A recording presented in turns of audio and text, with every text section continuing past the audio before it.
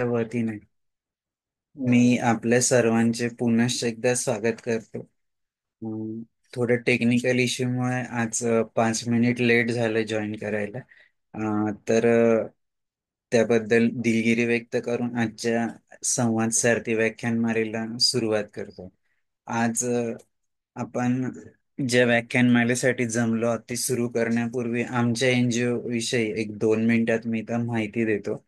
आमचं एनजीओ संकल्प फाउंडेशन गेले 12 वर्ष महाराष्ट्रातील विविध भागात ऑफलाईन आणि ऑनलाईन दोन्ही माध्यमातून कार्यरत आहे. गेल्या 12 वर्षात पर्यावरण, शिक्षण, महिला सबलीकरण, ग्रामीण विकास यासोबत जलसंधारण अशा विविध क्षेत्रात आमचं एनजीओ काम करत आहे. आणि गेल्या 12 वर्षात समाजाची सेवा करण्याची जी संधी आमच्या एनजीओला मिळाली त्याबद्दल खूपच आम्हाला अभिमान वाटतो.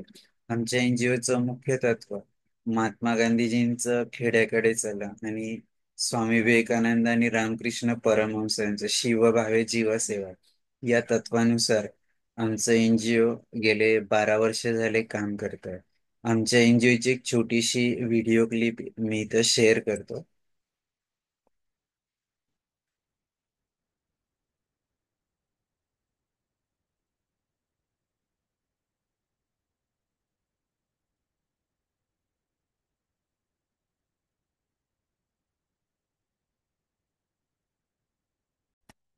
निर्माणों के पावन युग में हम चरित्र निर्माण न भूले, स्वार्थ साधना की आंधी में वसुधा का कल्याण न भूले। माना अगम गाध सिंधु है, संघर्षों का पार नहीं है, किंतु डूबना मझधारों में साहस को स्वीकार नहीं है। जटिल समस्या सुलझाने को नूतन अनुसंधान न भूले। निर्माणों के पावन युग में हम चरित्र निर्माण न भूले, स्वार्थ साधना की आंधी में वसुधा का कल्याण न भूले। शील विनय आदर्श श्रेष्ठता तार बिना झंकार नहीं है। शिक्षा क्या स्वर साध सकेगी यदि नैतिक आधार नहीं है। कीर्ति कौमुदी की गरिमा में संस्कृति का सम्मान न भूले। निर्माणों के पावन युग में हम चरित्र निर्माण न भूले, स्वार्थ साधना की आंधी में वसुधा का कल्याण न भूले। आविष्कारों की कृतियों में यदि मानव का प्यार नहीं है। कोरोना काळात जेव्हा आमच्या सगळ्या फिजिकल ऍक्टिव्हिटी बंद होत्या, आम्ही तो ऑनलाईन जनहित वेबिनार सिरीज सुरू केली की ज्यात अगदी ग्रामीण विकासापासून स्पर्धा परीक्षा मार्गदर्शन असेल, यासोबत कृषी प्रक्रिया उद्योग, शेतीच्या विविध पद्धती जसं मिलेट्स फार्मिंग, योगिक फार्मिंग, नॅचरल फार्मिंग यावर देखील आम्ही व्याख्यानमालाचे आयोजन केले. यासोबत कोरोना काळात लोकांना स्क्रीन वापरायची खूप सवय झाली होती. टीव्हीची स्क्रीन असेल, मोबाईलची, कम्प्युटरची. तर या सर्वांवर कंट्रोल कसं करावं म्हणून पॅरेंट्स, टीचर आणि स्टुडंट्स आम्ही वर्कशॉप देखील घेतले ऑनलाईन स्वरूपात. यासोबत आपले दैवत छत्रपती शिवराय, डॉक्टर बाबासाहेब आंबेडकर, भगवान गौतम बुद्ध यांच्या चरित्रावर देखील आम्ही व्याख्यानमालेचे आयोजन केले. यासोबत विश्वशांती असेल, जलसुरक्षा असेल, आरोग्यविषयक मार्गदर्शन असेल, अशा विविध स्वरूपात आम्ही ऑनलाईन व्याख्यानमालेचे आयोजन केले. आणि या संपूर्ण 2 वर्षाच्या कालावधीत आम्हाला संपूर्ण महाराष्ट्रातून भरभरून प्रतिसाद मिळाला. जेव्हा हे सगळं सुरू होतं, आम्ही एक नवीन प्रकल्प की ज्याच्यात काहीतरी नाविन्यता असली पाहिजे आणि संवादात्मक प्रकल्प असला पाहिजे म्हणून विचार करत होतो. खूप तज्ज्ञ लोकांशी चर्चा केली आणि त्यात संवाद सारथीचा जन्म झाला. आमच्या मुख्य मार्गदर्शिका भावनाताई विस्पुते यांच्या मार्गदर्शनाखाली आम्ही या प्रकल्पाची सुरुवात केली. याचा मुख्य उद्देश हाच होता की जे पण डिफरंटली एबल अपंग व्यक्ती आहे त्यांचा जीवन प्रवास जाणून घेण्यासाठी या संवाद सारथी व्याख्यानमालेची सुरुवात केली. पहिला एपिसोड 15 ऑगस्ट 2022 ला जेव्हा भारताचं अमृत महोत्सवी स्वातंत्र्य दिन होता, त्या दिवशी याची सुरुवात केली.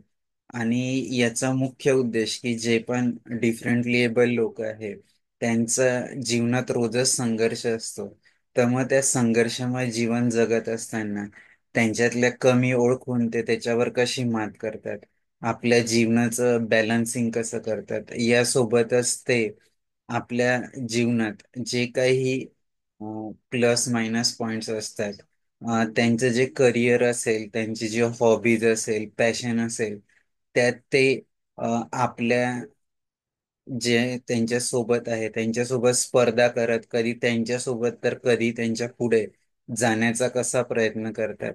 आणि हे सगळं करत असताना ते स्वतःला सिद्ध देखील करत असतात. गेल्या 122 वेबिनार्स मधून आम्हाला जितके पण महानुभाव मिळाले त्या प्रत्येकाकडून आम्हाला नवीन गोष्टी ऐकायला मिळाल्या, शिकायला मिळाल्या. आणि समाजापर्यंत या सगळं पोहोचवण्याची संधी ऑनलाईनच्या माध्यमातून मिळाली. त्याबद्दल निश्चितच आमच्या NGO ला खूप अभिमान ची गोष्ट आहे. मी जास्त वेळ न घेता आपले वक्ते माननीय मनोज सरांचा परिचय करून देण्यासाठी डॉक्टर अनिता मॅडमला विनंती करतो. Doctor Anita madam. धन्यवाद सर. नमस्कार.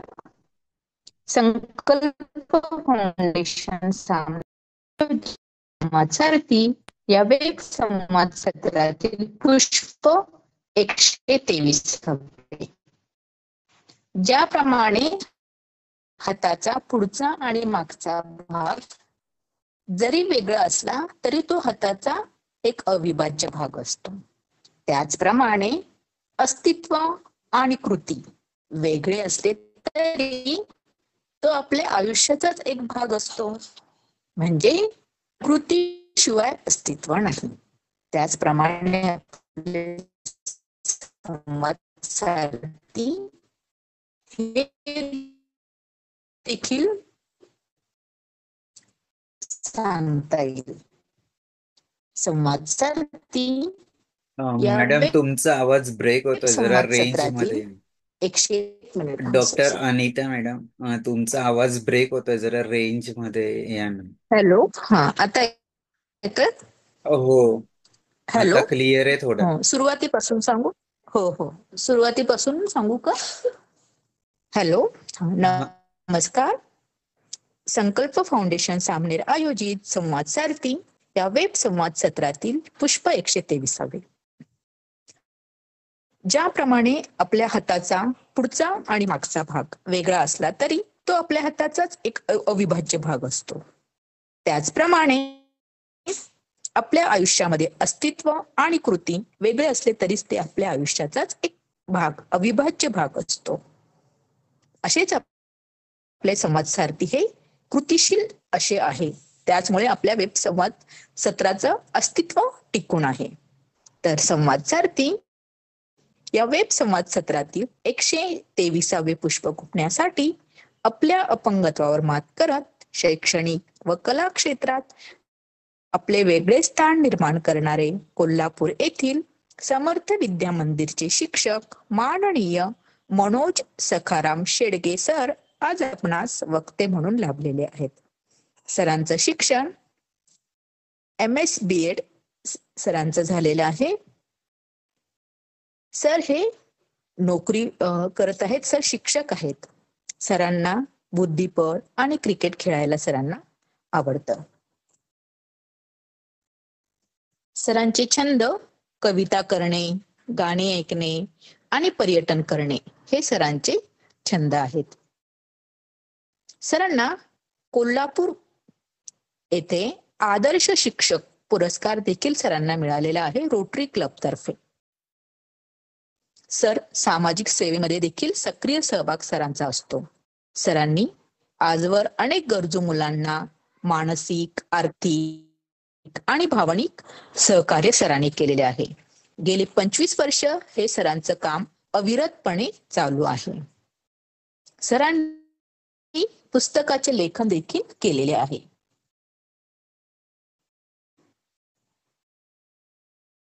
एकच मिनिट रेंज.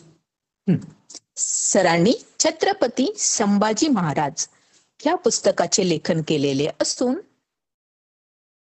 त्याचे सरांनी शाळेतील स्नेह संमेलनासाठी सादरीकरण देखील केलेले आहे आणि आजवर याच्या 1000 प्रती विक्री देखील झालेल्या आहे.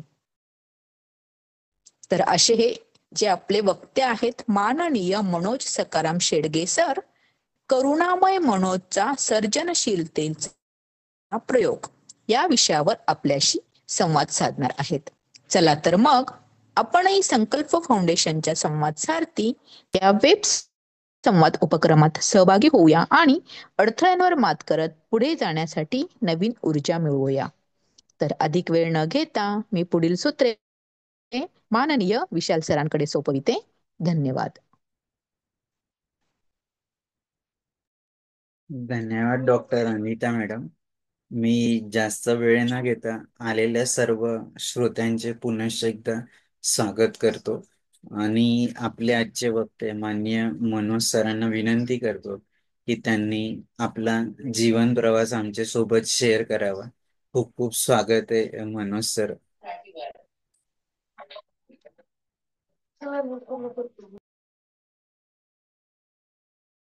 सर तुम्ही अनम्यूट करा. अनम्यूट.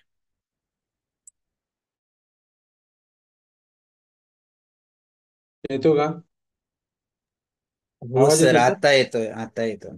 बरं, ठीक. Okay sir. पहिल्यांदा तुमच्या सगळ्या टीमचे मी मनापासून आभार मानतो की माझ्यासारख्या एका समाजामध्ये शिक्षक म्हणून काम करणाऱ्या एका शिक्षकाला तुम्ही या तुमच्या मोठ्या अशा प्लॅटफॉर्मवर बोलवला, त्याबद्दल मी तुमचे सगळ्यांचे मनापासून आभार मानतो. सर, छत्रपती शिवाजी महाराजांच्या पदस्पर्शाने पुनीत झालेल्या एका सह्याद्रीच्या कुशीतील छोट्याशा गावामध्ये माझा जन्म झाला. माझ्या गावाचं नाव आहे शिवापूर, कुडाळ तालुक्यामध्ये. आणि सांगायचं विशेष म्हणजे या गावामध्ये संपूर्ण निसर्गाने नटलेला परिसर आहे, परंतु आजही आमच्या गावामध्ये पुरेशा सोयी नाहीत. विशेष म्हणजे शिक्षणाची पुरेशी सोय नाही. 7वी पर्यंत मग कशी तरी मुलं तिथे शिकतात, म्हणजे एका 7वी पर्यंत शाळा आहे, परंतु त्या शाळेमध्ये मुलांची संख्या अतिशय कमी आहे. कारण काय तर त्या ठिकाणी बारमाही वाहतूक त्यावेळी नव्हती. आजही तसे फारसे काय सुविधा झालेल्या नाहीत. आणि त्या कारणाने मला 7वी पर्यंत शिक्षण त्या गावात झाल्यानंतर माझे वडील इंडियन आर्मीमध्ये होते आणि त्यामुळे मला 7वी पर्यंत शिक्षण झाल्यानंतर मी पुढील शिक्षणासाठी तालुका ठिकाण जे आहे सावंतवाडी त्या ठिकाणी माजी सैनिकांच्या मुलांचे वसतिगृह आहे, आजही आहे. त्या ठिकाणी मी 8वी मध्ये प्रवेश घेतला. दुसरी सांगायची गोष्ट म्हणजे 1 ते 7वीचा माझा प्रवास कसा असायचा की शाळा आणि सर माझं एकच घर. मिनिट थांबवतो. सगळ्यांना आवाज येतोय ना? कारण बरेच मेसेज आले ग्रुपवर. तर आवाज येतोय ना? हो, येतोय येतोय विशाल. हो, धन्यवाद ताई. ओके. तर पावसाळा सुरू झाला सर. हॅलो, आवाज येतोय ना माझा? डॉक्टर सुनीता मॅडम, तुम्ही काय म्हणाल? ओके ओके, ठीक आहे. या. येतोय ना? बरं सर, पावसाळा सुरू झाला की मला 6 महिने सुट्टी मिळायची. का तर मी 1.5 वर्षाचा असताना माझा डावा पाय पोलिओग्रस्त असल्यामुळे मला माझी आजी, माझी आई मला शाळेत पाठवायचे नाही. कारण शाळा आणि घर याच्यामध्ये साधारण 500 मीटरचं अंतर होतं, पण मध्ये एक मोठी नदी होती आणि आजही आहे. तर त्यावेळी नदीवर साकव म्हणून एक असायचा, की काट्या टाकून त्याच्यावर आडव्या काट्या टाकायच्या असेल, त्याच्यावरून मुलं जायची. आणि मी त्या पुलावरून जाऊ शकत नाही, माझा तोल जाईल म्हणून मला घरातली पाठवायची ना शाळेत. कसं बस 7वी पास झाल्यानंतर मी 8वी मध्ये मिलिटरी बॉईज हॉस्टेल सावंतवाडी या ठिकाणी गेलो. त्या ठिकाणी सांगायला मला एक आवडेल, की ज्यावेळी मी 7वी मध्ये गेलो त्यावेळी मला सगळ्या विषयांची ओळख झाली. त्यावेळी 8वी मध्ये गेलो त्यावेळी, कारण गावातलं शिक्षण कसं असायचं, घर शाळा एवढंच, पुस्तकं उघडून बघितले जायचे नाही. आणि 8वी मध्ये गेल्यानंतर जी पहिली चाचणी होती, त्या पहिली चाचणीमध्ये माझा एकही विषय सुटला नाही.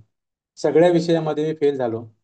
आणि त्यावेळी आमच्या हॉस्टेलचे अधीक्षक माननीय सुभेदार गणपत धुरी सर अधीक्षक म्हणून होते.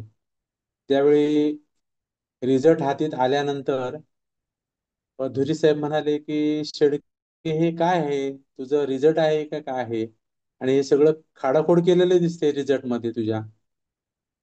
सगळ्या विषयात फेल झाल्यामुळे हा रिझल्ट मी आता सरांकडे देऊ कसा, हा पहिला प्रश्न माझ्याकडे होता. मग मी काय केलं, काही मुलांच्या सल्ला घेतला माझ्या बरोबरच्या मित्राने. त्याने काय केलं, एक मला ब्लेड दिलं आणि त्या ब्लेडवरचे जे 0-0 होते, 0-1, 0-2, 0-3 असे मार्क होते, त्याच्या मागचा 0 कडून त्या मागे 1-1 केला, की माझे मार्क 20 पैकी 3 पडले असतील तर 13 झाले. आणि पुढे पण सगळीकडे खाडाखोड केली. धुरी साहेबांच्या लक्षात आलं. धुरी साहेबांनी बोलवून घेतलं. आमच्या वडिलांना पण बोलवले. त्यावेळी आमचे वडील रिटायर झालेले होते. आणि बोलवल्यानंतर मला म्हणाले, की ह्याला घरी घेऊन चला, हा काय शिकण्यातला माणूस नाही आहे आणि हा शिकणार नाही आहे. कारण ह्या एकाही विषयामध्ये पास झाला नाही, 20-20 मार्काच्या चाचणीमध्ये सुद्धा हा पास होऊ शकला नाही, तर कसा हा शिक्षण घेईल पुढे. त्यावेळी मी ठरवलं, की आता आपल्याला संघर्षामध्ये संधी शोधायला पाहिजे. आता हा जीवनाचा संघर्ष आहे. आणि त्यावेळी सर मी पहिल्या चाचणी जी सामायिक परीक्षा असते त्या सामायिक परीक्षेमध्ये मी सगळ्या विषयामध्ये जेमतेम 50% घेऊन पास झालो. आणि 10वी मध्ये मला 55% पडले आणि मी पास झालो. आता हे करत असताना आता पुढे शिकायचं की नाही, आणि शिकलं तर काय करायचं, आपल्याला जमेल की नाही, या द्विधा मनस्थितीमध्ये मी पुढे 11वी आर्ट्सला राणी पार्वती देवी हायस्कूलमध्ये ऍडमिशन घेतलं.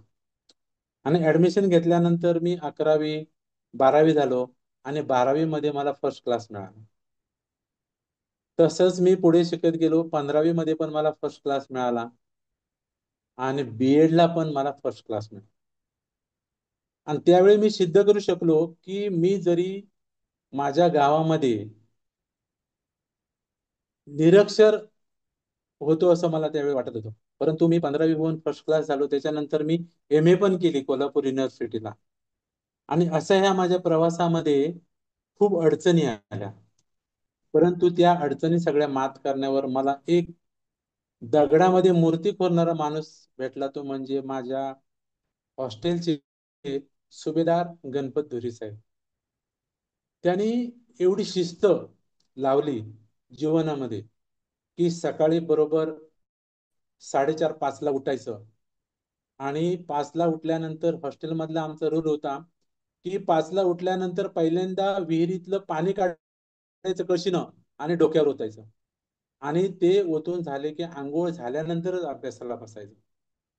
आणि त्यावेळी आमचे ते साहेब पण बरोबर 5:30 ला हॉस्टेलमध्ये यायचे आणि पूर्ण हॉस्टेलभर 60-70 मुलांच्या प्रत्येक मुलाकडे जायचे, उठलेत की नाही, अभ्यास करतोय की नाही, काय करतोय हे बघायचे.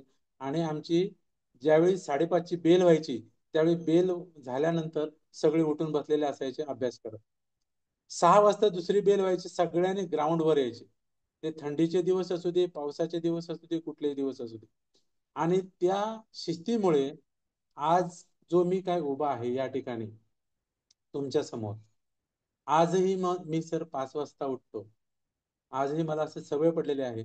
आणि ज्या मी मुलं वर्गामध्ये घडवत असताना त्यांना तेच सांगत असतो, जर तुमच्या जीवनाला तुम्ही शिस्त लावून घेतला, जर आता कष्ट तुम्ही सोसला, तरच तुम्ही चांगल्या प्रकारचे ध्येय गाठू शकता, अन्यथा गाठू शकत नाही. आणि स्पर्धेमध्ये उतरायचं असेल तर दुसऱ्याशी स्पर्धा करायची नाही, तर स्वतःशी स्पर्धा करून आपण सिद्ध करायचं स्वतःला. आता हे सगळं करत असताना बीएड झाल्यानंतर आता आपण पाहतोय की एवढी नोकरीची मारामारी आहे, की कोणत्याही संस्थेमध्ये गेल्यानंतर लाखोंची मागणी केली जाते. तुमच्याकडे क्वालिटी किती असली तरी चालेल, पण त्याच्याशी देणं घेणं काय नसतंय. तुम्ही पैसे भरला तर तुम्हाला नोकरी मिळेल. असं एक दोन चान्स माझ्याकडे आलेले, पण मी ती नोकरी स्वीकारली नाही. पैसे भरून आपल्याला नोकरी करायची नाही. म्हणून मी काही काळ क्लास घेतली स्वतः. क्लास घेऊन अतिशय उत्तम माझं गणित हा विषय हातखंडा होता. कारण गणित मध्ये 5वी ते 10वी पर्यंत मी गणित शिकवायचो क्लासमध्ये. त्याच्यानंतर आता जी शाळा आहे समर्थ विद्या मंदिर, त्यामध्ये मी आता जवळजवळ 17 वर्ष त्या ठिकाणी काम करतोय. मी मुलांना हेच सांगतो की तुम्ही कष्ट केला तरच तुम्हाला फळ मिळते, नाहीतर मिळू शकत नाही. आणि या माझ्या सगळ्या प्रवासात मला जी मोलाचे सहकार्य लाभतं ती माझी अर्धांगिनी, जी आज जीएसटी ऑफिसला क्लास 1 ऑफिसर आहे, मानसी शेडगे. तर ती मला सतत प्रोत्साहन देत असते की सर आपण काहीतरी वेगळं केलं पाहिजे. की तिचं मार्गदर्शन एवढं उत्तम असतं, त्या मार्गदर्शनामुळे आज मी बरेच काही उपक्रम करत असतो शाळेमध्ये म्हणा किंवा माझ्या आजूबाजूच्या समाजामध्ये. तर त्याचा मला आनंद वाटतो की मी ज्यावेळी मागे वळून बघतो त्यावेळी मला वाटतं की मी जो 7वी मध्ये शिकलेला माणूस तोच आहे का, मला आठवत नाही. खरोखरच मी तोच आहे का? कारण 10वी पास होताना मला फक्त 35% घेऊन मी पास झालो. तोच मी बीएडला 15वीला 12वीला फर्स्ट क्लास घेऊन पास होऊ शकतो. ही जिद्द माझ्या मनामध्ये बाळगण्याचं एक काय कोणास ठाऊक की असं सुरुवातीपासून वाटायचं. कारण गावच आमचा इतिहासामध्ये घडलेला आहे. कारण माझ्या गावामध्ये मनोहर मनसंतोष गड आहे. मी जरी पायाने पोलिओग्रस्त असतो तरी मी त्या गडावर साधारणतः समुद्र सपाटीपासून 3700 मीटर उंचीवर तो किल्ला मी त्यावेळी चढलेलो होतो. आजही रायगड किल्ला मी 2 वेळा चढलेलो आहे. त्यानंतर शिवनेरी आणि प्रतापगड या मुलांच्या सहलीतून मी फिरलेलो आहे. मी स्वतःला कधीही मला कमी लेखत नाही. स्वतःला कमी लेखणं हा गुन्हा आहे असं मला वाटतं. आपण जर कोणतंही काम करायचं असेल तर त्याच्यामध्ये संधी शोधणं हा माझा मूळचा स्वभाव आता बनलेला आहे. आता दुसरी एक गोष्ट सांगतो की ज्यावेळी हे सगळं घडत असताना माझे आई वडील अशिक्षित. वडील तर माझ्या वडिलांनी साधारणतः 1962, 1965, 1971 या तिन्ही लढाया केल्या. एक तुम्हाला प्रसंग सांगतो सर. ज्यावेळी चीनचं युद्ध झालं, पाकिस्तानचं युद्ध झालं, तर पाकिस्तानच्या युद्धामध्ये माझे वडील शहीद झाले असा मेसेज माझ्या आईला आलेला. आणि त्यावेळी सगळं झाल्यानंतर जे 65चं युद्ध थांबल्यानंतर जवळजवळ 9 महिन्यांनी माझे वडील पुन्हा घरी आले. आणि आज रिटायर होऊन जवळजवळ 89 वर्षाचे आहेत, अजून सगळं स्वतःचं काम करतात. मला हा अभिमान वाटतो की आपण ज्यावेळी एखादं चांगलं काम करत असतो त्याचं आपल्याला फळ नेहमी मिळत असतं. आज माझ्या कुटुंबामध्ये माझ्या 2 मुली आहेत. त्या दोन्ही मुली, एक माझी मुलगी मोठी आहे, ती परदेशामध्ये म्हणजे युके मध्ये उच्च शिक्षणासाठी गेलेली आहे. छोटी मुलगी माझी आहे ती आता लास्ट इयरला आहे. तर ह्या सगळ्या कुटुंबामध्ये मला कधी कधी वाटतं की एवढ्या शैक्षणिक क्षेत्रामध्ये मागे राहून मला हे वैभव जे मिळालेलं आहे ती कोणती पुण्याई पूर्वपुण्याई आहे असं मला वाटतं. माझी जिद्द चिकाटी आहे याबद्दल काय वाद नाहीच. परंतु मला असं वाटतं की कुठेतरी परमेश्वराचा हात जे आपण करत जातो ऑटोमॅटिक आपल्या डोक्यावर तो असतोच. आणि त्याचं फळ सगळ्यांना मिळतं. ज्यावेळी आपण चांगलं कर्म करतो त्यावेळी आपल्याला नक्कीच हे चांगलं फळ मिळत जातं तुला काय असं मला वाटतं. हॅलो. हा हॅलो. सर, बोला बोला. हा. हा, त्याच्यानंतर एक मला अजून एक सांगायचं आहे की कोरोनाचा कालखंड होता. त्या कोरोनाच्या कालखंडामध्ये आमचा एक मित्र, म्हणजे आमच्या अ, भागातला आणि असं राहणारा, त्याने एक, तो पण अपंग आहे. तर त्याने असं एक मेसेज टाकलेला होता की कोरोनामध्ये माझी नोकरी गेली आणि आता मला काही जगण्याची इच्छा नाही आणि मी आत्महत्या करणार आहे. मी लगेच तो मेसेज त्याचा वाचला आणि वाचल्यानंतर मी त्याला फोन केला की तू असं का मेसेज टाकला, म्हणजे तुला कोणतं संकट आलंय? नाही सर, माझी नोकरी गेली, मला आता जगण्याची इच्छा पण नाही. माझी एक छोटी मुलगी आहे आणि सध्या माझ्या घरामध्ये काहीच नाही, खायला एक कणाचा कण सुद्धा नाही, धान्य. म्हटलं काही काळजी करू नकोस. मी लगेच माझा जो बीएडचा ग्रुप आहे त्या ग्रुपवर एक असा छोटासा मेसेज टाईप केला आणि टाकला. त्यावेळी साधारणतः 15 ते 20 मिनिटांमध्ये माझ्या खात्यावर जवळजवळ 3 ते 4 हजार रुपये जमा झाले. मी ते 3 ते 4 हजार रुपये काढले आणि त्याच्या घरी गेलो आणि सांगितलं, हे तुला पैसे ठेव, काय लागते ते आता वापर, धान्य घे, काय लाग. सर म्हणाला, माझ्या ह्या छोट्या मुलगीला दूध पाजलेलं नाही, 8 दिवस झाले दूध नाही. मग त्याला म्हटलं की तू काय असेल ते आता घे, तू खर्च कर. आणि असं ते मी त्याच्याकडे त्या मोबाईलवर जवळजवळ 4 लेख त्याच्यावर लिहिले आणि त्या लेखातून आपल्या गांधीनगरचं पोलीस स्टेशन किंवा इतर माझे जे मित्र परिवार आहे, त्याने जवळजवळ त्याला त्यावेळी 50 ते 60 किलो धान्य पोच केलेलं होतं. आणि हे करत असताना अजून एक तुम्हाला प्रसंग सांगतो, साधारणतः 2022चा कोरोनाच्या काळखंडामधलाच. सकाळीच मी असा घरी बसलेलो होतो आणि अंगणामध्ये एक माणूस आला आणि म्हणाला की सर, तुमच्याकडे रूम आहे का? तर म्हटलं आहे, परंतु 10 बाय 10ची रूम आहे. चालेल का? तर म्हणाला चालेल. मग कोणाला पाहिजे? तर एक माझ्या मित्र आलाय बेंगलोरवरून आणि त्याला पाहिजे, त्याची नोकरी गेलेली आहे. तर म्हटलं बघ, त्याला पाठव म्हटलं. त्याला पसंत पडले तर घेऊ दे. मग तो एका माणसाला घेऊन आला, तो होता कर्नाटकचा. आणि त्याची जी बायको होती, लग्न त्याने केलेली, ती होती अरुणाचल प्रदेशची. त्यांचं दोघांचं लव्ह मॅरेज होतं आणि नोकरी गमावल्यामुळे ते पण एक पिशवी हातामध्ये आणि अंगावरचे कपडे आणि एक छोटीशी, साधारणतः 4 ते 5 वर्षाची मुलगी त्यांच्याबरोबर आल्यानंतर मॅडम पण आमच्या म्हणाल्या की एक रूमवर तर आलेले आहेत पण ह्यांच्याकडे काय सामान दिसत नाही. ते आले साधारणतः 6:30-5च्या दरम्यान आले. आम्ही त्याला वरची रूम जी आमची छोटीशी होती ती दाखवली. तर तो मला ठीक आहे सर, मला काय प्रॉब्लेम नाही, एवढीशी रूम मला बस झाली. आणि आम्ही खाली आलो. खाली आल्यानंतर ती मुलगी आणि त्यांची बायको आणि ती आतमध्ये गेली. ती बायको ज्यावेळी आलेली त्यावेळी ती 7 महिन्याची गरोदर होती. आणि आल्यानंतर संध्याकाळी झोपली ती, त्यांच्याकडे काहीच नव्हतं. आम्हाला वाटलं की त्याने काहीतरी आणलं असेल खायला वगैरे आणि खाल्लं असेल.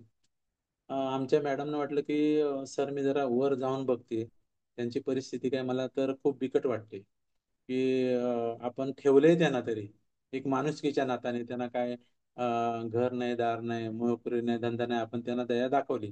परंतु उद्या सकाळी काहीतरी वेगळंच प्रकरण असेल तर आपल्या आपल्या अंगाशी येईल, म्हणून ती वर गेली. वर गेली तर ती मुलगी, जी आपली पायपुसणी असतात, आपण दरवाजात पायपुसणी टाकतो, ते मागच्या बाजूला पायपुसणी टाकलेली होती, पायपुसण्यावरती झोपलेली होती मुलगी. आणि ती नवरा बायको अशीच फरशीवर झोपलेली होती. त्याच्यानंतर मॅडम खाली आल्याने म्हणाले, सर असं असं आहे की त्यांच्याकडे काहीच नाही आणि आले त्या अवस्थेमध्येच ते झोपलेले आहेत, खायला प्यायला किंवा अंथरूण पांघरून काहीच नाही.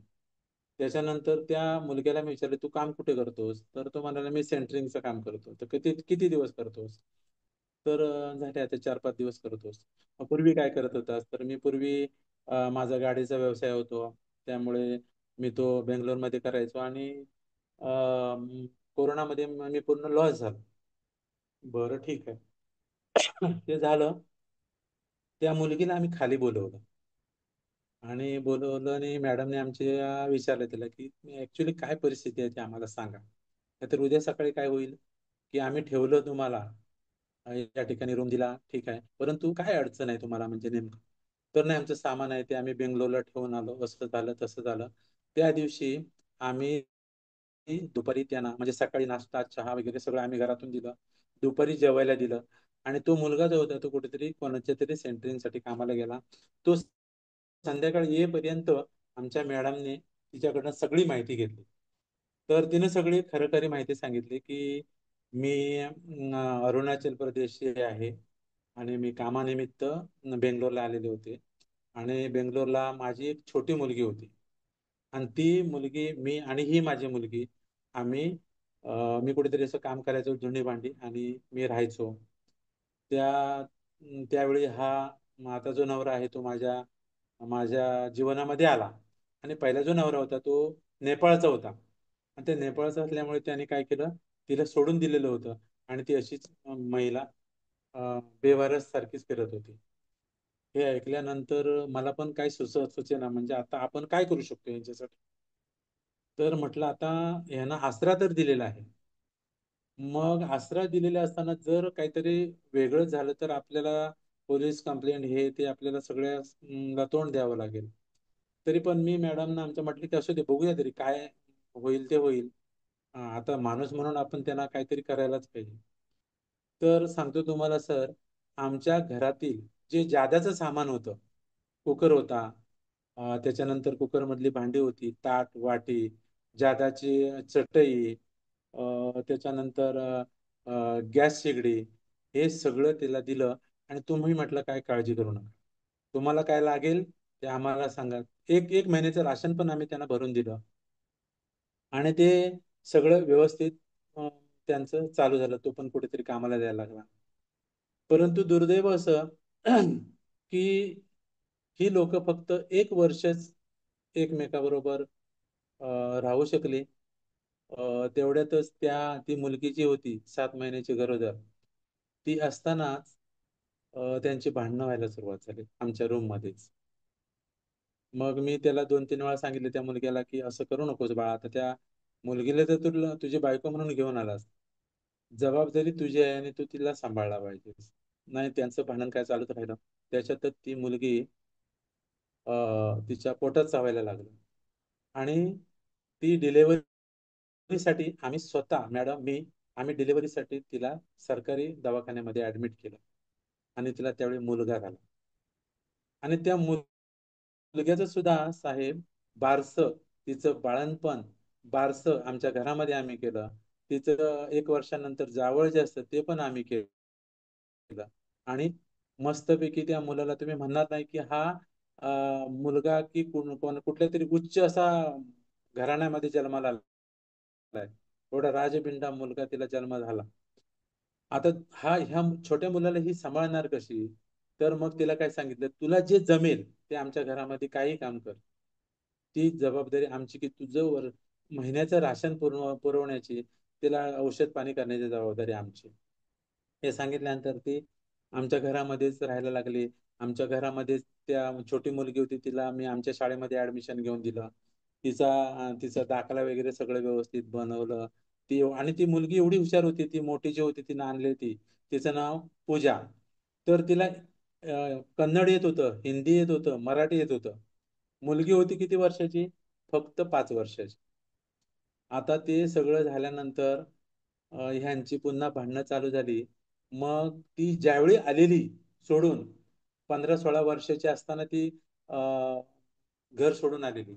तिच्याकडनं आम्ही तिला गोड बोलून बोलून तिचा पत्ता शोधून काढला, तिच्या घरचा, म्हणजे अरुणाचल प्रदेशचा.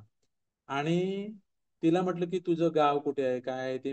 मग मी आणि मॅडम आमच्या गुगलवर शोधायला सुरुवात केलो.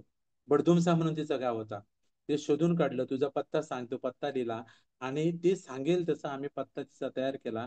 आणि हिंदीमध्ये एक पत्र लिहिलं त्याच्या भावाला, आणि ते आम्ही पाठवून दिलं. पाठवून दिल्यानंतर 1 महिन्याने त्या अरुणाचल प्रदेशच्या पोस्टमनचा आम्हाला फोन आला. मी त्यावेळी शाळेत होतो. तर तो म्हणाला की या नावाचं या ठिकाणी माणूस कोण नाहीये, तुमचं जे पत्र तुम्ही पाठवलंय, तुमचा मोबाईल नंबर दिलाय त्या. तर मी म्हटलं 2 मिनिटं साहेब, तसंच थांबा, रोको म्हणून सांगितलं. आणि मी घरी आलो आणि त्या पोस्टमनचा फोन आणि माझा फोन कनेक्ट केला आणि त्या मुलगीला बोलायला दिला, या तुझ्या गावाकडचा फोन आहे. मग त्यांनी तिला सांगितलं की आपलं गाव नदीच्या पलीकडे आहे, त्याच्या आपल्या वडिलांचं नाव सांगितलं, भावाचं नाव सांगितलं. आणि असं करून ते पत्र नंतर त्या घरी तिच्या जवळजवळ 1 महिन्याने पोहोचलं. 1 महिन्याने पोहोचल्यानंतर तिचा भाऊ माझ्या फोनवर तिला फोन करायला लागला. त्याच्यानंतर त्याने तिला बोलवून घेतलं गावी. जवळजवळ ती गाव सोडल्यापासून जवळजवळ 15 वर्षांनी आम्ही तिला तिच्या गावी तिला गाव शोधून दिला. आजही त्या मुलगीचा आम्हाला साधारण 2 ते 3 दिवसांनी फोन येतो. ती पूजा म्हणून छोटी आहे, तिचा फोन येतो. तो बाबू आता जवळजवळ 2-2.5 वर्षाचा झालाय, तो बोलतो. ही सुमन, तिचं नाव सुमन बोलते. तर अशा पद्धतीनं एखाद्या भटकलेल्या माणसाला आम्ही पुन्हा 15 ते 16 वर्ष भटकलेल्या एखाद्या निराधार म्हणायचं किंवा पूर्णतः आयुष्यातून गेलेल्या त्या बाईला आम्ही पुन्हा तिचं माहेर, तिचं घर आम्ही शोधून दिलं. आणि हा जो तिचा नवरा जो आहे, तो आता बेंगलोरला असतो आणि ती आपल्या भावाकडे असते. अशा परिस्थितीमध्ये हा एक आम्हाला आनंद वाटतो की एखाद्या अशा पूर्णतः आयुष्यातून उठलेल्या माणसाला आपण तिचं घरदार, तिचा भाऊ, तिचं गाव आपण तिला मिळून, आणि जाताना तिला 5,000 रुपये तिकीटसाठी आम्ही दिले आणि तिला तिकीट वगैरे सगळं आम्ही काढून तिला गाडीमध्ये बसवलं, ट्रेनमध्ये. आणि ती आता आपल्या गावी तिकडे अरुणाचल प्रदेशला आहे. तर अशा पद्धतीनं जे आमच्याकडून होईल, माझ्या अर्धांगीकडून, माझ्या बायको अर्धांगिनीकडून, माझ्या मुलांकडून आम्हाला जे होईल ते समाजामध्ये आम्ही नेहमी असं काम चालू ठेवतो. दुसरी गोष्ट आहे ते म्हणजे मला थोडं समाजामध्ये वावरायला आवडतं. ते शाळेमध्ये असेल किंवा शाळेच्या बाहेर आल्यानंतर असेल, कोणाला काय मदत लागली, अ, वैचारिक असू दे, सल्ला कुठलाही असू दे, तर मी अ, कोणतेही कधी फोन उचलत नाही असं नाही. नेहमी कोणाचाही फोन आल्यानंतर मी मार्गदर्शन, मला जे समजते त्या पद्धतीने करत असतो. आमच्या परिसरामध्ये आम्ही एक धर्मवीर छत्रपती संभाजी महाराज प्रतिष्ठान तयार केलेलं आहे. आणि त्या प्रतिष्ठानच्या माध्यमातून आम्ही शिवजयंती आणि 14 मे जो छत्रपती धर्मवीर संभाजी महाराजांच्या जयंतीचा मोठा कार्यक्रम आम्ही दरवर्षी आमच्या परिसरामध्ये घेतो.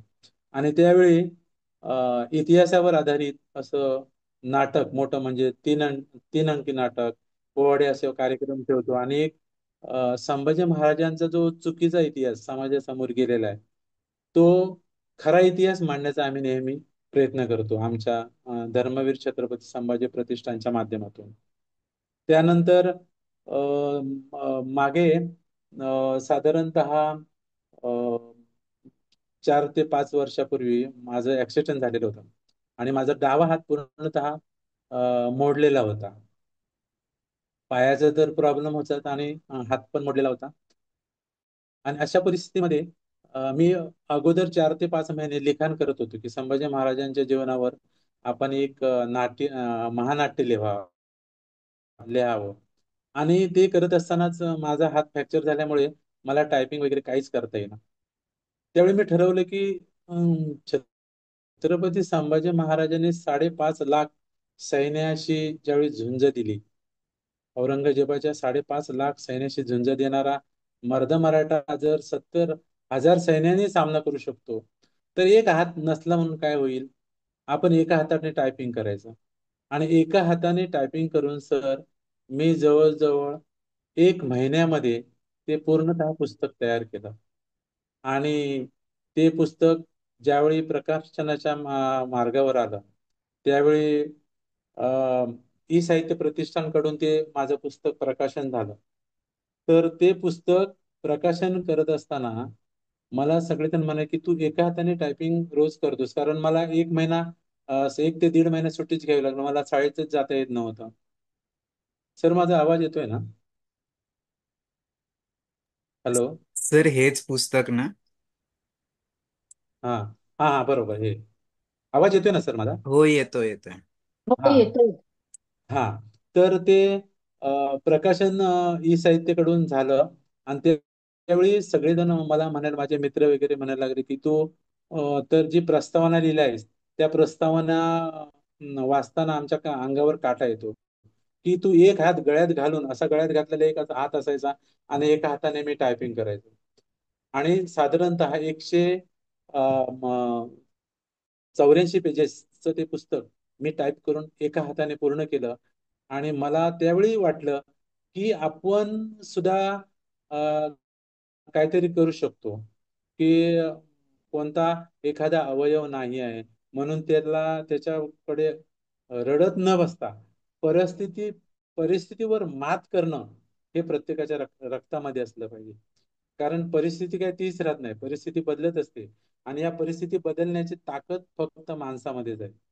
आणि जर असं आपण केलं तर नक्कीच आपल्याला चांगले दिवस यायला काहीच वेळ लागणार नाही. आणि दुसरी एक मी तुम्हाला हे सांगतो.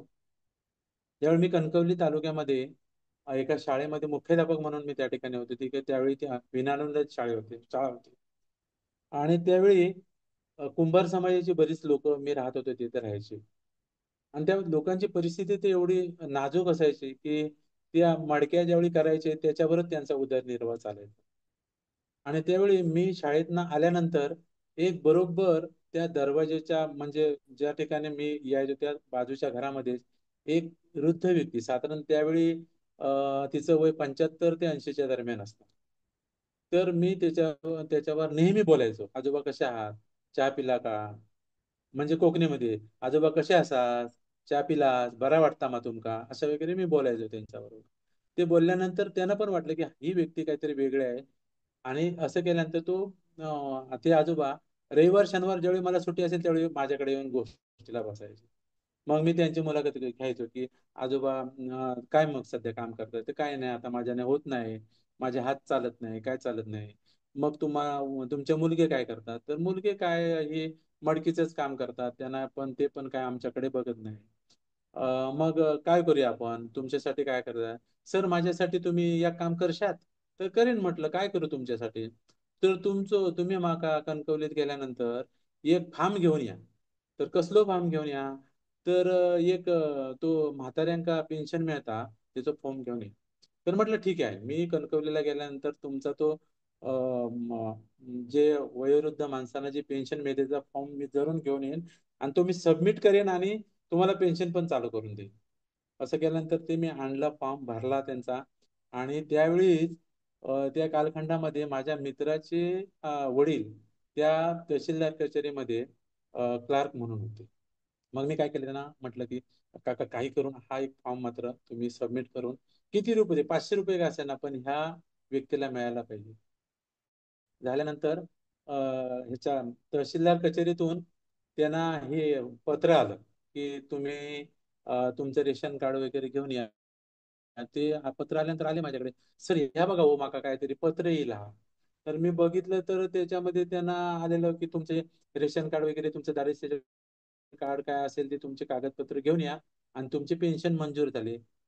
त्या वयोवृद्ध माणसाच्या अशा एकही तोंडामध्ये दात नाही, पूर्ण अशा चेहऱ्यावरच्या सुरकुतलेल्या ज्या त्वचा आहे ती एवढी प्रफुल्लित झाली, तेवढा आनंद झाला की 500-600 रुपये का असेना सर माका तुम्ही पेन्शन सुरू केलं करून दिला. मग ती पेन्शन त्यांची जमा झाल्यानंतर ते दर 1 महिन्याने, पावसाळ्यामध्ये असेल कशामध्ये असेल, त्या माझ्या घराभोवतरचे जमत नसेल त्यावेळी सुद्धा ते खुरपं घेऊन यायचे आणि गवत काढून द्यायचे. सर माझ्यासाठी तुम्ही एवढा केलास, मी तुमच्या घराभोवतरचा गवत काढतोय. नको हो, तुमच्याने आता होत नाही, कशाला तुम्ही गवत काढताय? त्यावेळी माझ्या बरोबर माझी बहीण असायची लता म्हणून, ती आता मुंबईला आहे. ती आल्यानंतर त्या आजोबांना चहा वगैरे द्यायची. ती त्यावेळी 12वीला शिकत होती, 11वी 12वी. ती माझ्याबरोबर होती, चहा वगैरे द्यायची. तिला खूप एवढं बरं वाटायचं की नाही. आणि मग मी पण त्यांच्याकडे त्यांच्या चेहऱ्याचं निरीक्षण करायचो की बघा 500 रुपये सुद्धा, हा 500-600 रुपये, त्यावेळी 500 ते 700च्या दरम्यानच पेन्शन होती. कारण या गोष्टीला आता 20-25 वर्ष होऊन गेली. आता ते पण बिचारे मयत झाले. तर 500 रुपये साठी सुद्धा त्यांच्या चेहऱ्यावर एवढं आनंद दिसत होता, ते समाधान मात्र मी कधीही विसरू शकतो नाही. तर अशा पद्धतीनं माझ्याकडून होईल त्या पद्धतीनं मी काम करत जातो. आता शाळेत पण जाताना मला नेहमी असं वाटतं, मी ज्यावेळी शिक्षक म्हणून काम करतोय, शाळेत येण्याचं माझं अस्तित्व आहे. माझ्या अस्तित्वाने जर विद्यार्थ्यांना आनंद होत असेल, शाळेतल्या माझ्या अस्तित्वाने जर आनंद होत असेल, तर मी त्यांना नेहमी आनंद देते. एखादा तास ऑफ मिळाल्यानंतर हळूच दरवाज्यात येतात मुलं आणि मला म्हणतात, सर तुमचा कुठे तास आहे? नाही बाळानो, चला ना आमच्या वर्गावर. तुम्ही आल्यानंतर आम्हाला खूप बरं वाटतं, तुम्ही आम्हाला हसवता. आम्हाला पूर्ण विसरायला होतं तुम्ही आल्यानंतर. कारण मी विषय शिकवतो इतिहास. इतिहास शिकवणं म्हणजे मुलांना झोप येते. तर मी इतिहास शिकवत असताना मुलांच्या डोळ्यावरची झोप उडवून मी त्यांचं रक्त उसळण्याचं काम नेहमी करत असतो. आज 27 वर्ष मी काम करत असताना मला एवढा आनंद होतो की मुलामध्येच मी नेहमी रमतो. रविवार आल्यानंतर कधी सोमवार उजाडेल असं मला नेहमी वाटत असतं. आणि या माझ्या संपूर्ण कार्यामध्ये माझ्या पाठशी खंबीर उभी असणारी माझी पत्नी मानसी, ही सगळ्या ह्याच्यामध्ये मला नेहमी मदत करत असते. शेवटचा एक किस्सा सांगतो आणि मी थांबतो. नंतर मला काय प्रश्न विचारायचे आहेत तर विचार. सर, आम्ही ज्या ठिकाणी आता राहतोय कोल्हापूरमध्ये, त्या कोल्हापूरच्या समोरच्या एक मोठ्या मैदानामध्ये ऊस तोडणी कामगार दरवर्षी आहेत आणि ते 4 ते 5 महिने ऊस तोडण्यासाठी राहतात. मग माझी पत्नी सौ मानसी हे म्हणाले, सर आम्ही दरवर्षी हळदी कुंकू करतो आणि आपल्या सगळ्या कॉलनीतल्या लोकांना बोलवतो. एक दिवशी कॉलनीतल्या लोकांना बोलवायचं नाही. मग काय करायचं? तरी समोरची लोक आहेत ना, सगळी झोपडीमध्ये असणारे ऊस जोडणी कामगार, त्यांना आपण सगळ्यांना बोलूया आणि त्यांना आपण आपलं जे काय असेल वाहन असेल ते वाटूया, त्यांना चहा पाणी करूया.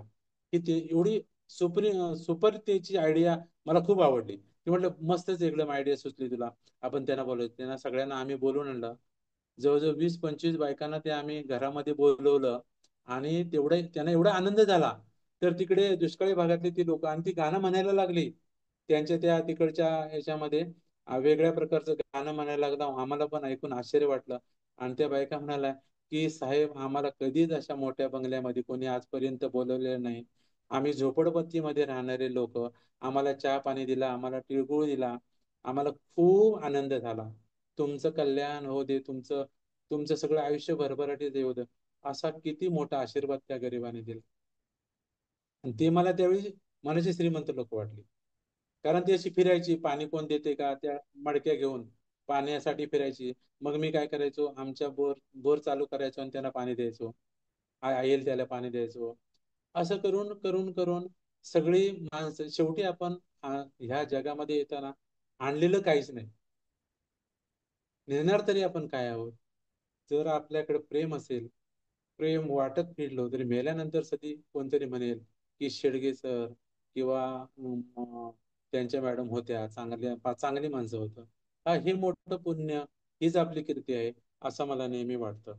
आणि तुम्ही मला बोलवलात आणि माझं मन व्यक्त करायला अ, खरोखर मला खूप छान वाटलं सर. असंच तुमचं हे कार्य पुढे चालत राहू दे आणि आपल्या भावना, आपली मतं व्यक्त वेगवेगळ्या समाजातील वेगवेगळ्या क्षेत्रामधील काम करणारी लोक करू देत असं मला वाटतं. धन्यवाद सर. अजून काय विचारायचं असेल तर विचारू शकता. खूप छान मनोज सर. निश्चितच तुमचा जो जीवन प्रवास आहे खूप खडतर आणि इन्स्पायरिंग आहे. तर या संपूर्ण प्रवासात तुम्ही तर सांगितलं तुम्ही खूप पॉझिटिव्ह राहता प्रत्येक गोष्टीत. तरीही या हो. संपूर्ण जीवन प्रवासात तुमच्या जीवनातला सर्वोच्च आनंदाचा क्षण की जो कधी विसरू शकत नाही. हा, माझ्या सर्वोच्च जीवनातला क्षण म्हणजे तुम्हाला सांगतो सर, मी ज्यावेळी गावाकडून शिक्षणासाठी बाहेर गेलो, ज्यावेळी मी 10वी पास झालो, त्यावेळी मला वाटत होतं मी कधी पास होणार नाही. 10वी पास झालो, किती टक्के मिळू दे पण मी पुढच्या वर्गात गेलो, हा मोठा आनंदाचा क्षण. आणि दुसरी गोष्ट म्हणजे की ज्यावेळी अनेक प्रसंगातून, अनेक खडतर प्रवासातून ज्यावेळी आपण एखाद्या जिद्दीने आपले ध्येय पूर्ण करतो, त्याचपैकी माझं बीएडचं असेल किंवा आज जी माझी मुलगी UK मध्ये शिकायला गेली, माझी मुलगी आज एक दुसरी ग्रॅज्युएशनला आहे आणि एका क्लास 1 ऑफिसरच्या अ, बाईचा मी नवरा आहे, हे मला खूप मोठा अभिमान वाटतो. याच्यापेक्षा भाग्य काय असेल? याच्यापेक्षा आनंद काय असेल? सर, दुसरं याच्या अगदी विरुद्ध, की जसं तुम्ही सांगितलं की जेव्हा तुम्ही पहिल्यांदा हॉस्टेलला गेले आणि सगळे विषय नापास हं. झाले, तर असं सगळं या संपूर्ण प्रवासात असा कुठला तरी वेदनादायक क्षण असेल ना, की जिथनं वाटलं की नाही, हा क्षण परत यायलाच नको. हा, ज्यावेळी ते मार्कलिस्ट सुभेदार गणपत धुरी साहेबांच्या हातात गेलं आणि त्यांनी माझ्याकडे फक्त असं करारी नजरेनं बघितलं. ती जी नजर होती ती आजही मी त्यांच्याकडे, अजूनही सर मी सावंतवाडी गेल्यानंतर मी त्यांना भेटल्याशिवाय दोन एक वर्षात ना का असतो ते त्यांना भेटल्यानंतर मला समाधान वाटते. आमच्या हॉस्टेलच्या मुलांचा आम्ही दरवर्षी मीच ग्रुप तयार केलेला आहे. गेट टुगेदर असतो. त्या गेट टुगेदर मध्ये आमचे जे शिक्षक आहेत, विभी नाईक सर असतील, त्यांचा आम्ही मागच्या वेळेस सत्कार केला. धुरी साहेबांचा सत्कार केला. तर त्याने मला खरं म्हणजे मी दगड होतो, मातीचा गोळा होतो. खरं ही जी मूर्ती, सुंदर मूर्ती घडवली ती धुरी साहेबांनी. आणि तो क्षण, जो कधी करारी नजर मी कधी, जो वाईट क्षण मी कधी विसरू शकत नाही. आणि त्या क्षणामुळेच माझ्या जीवनामध्ये टर्निंग पॉईंट झाला आणि आज मी आहे ते उभा आहे.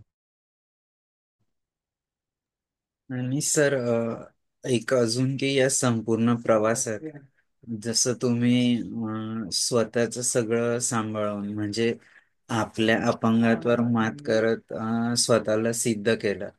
पण जसे तुम्ही 2-3 एक्झाम्पल सांगितले, की एका आत्महत्या करणाऱ्या मित्राला मदत करून त्याला उभं केलं, एक हम्म. कुटुंब की जे ज्यांना ओळखत पण नव्हतात त्यांना उभं केलं, त्यांच्या कुटुंबाशी भेट घालून दिली.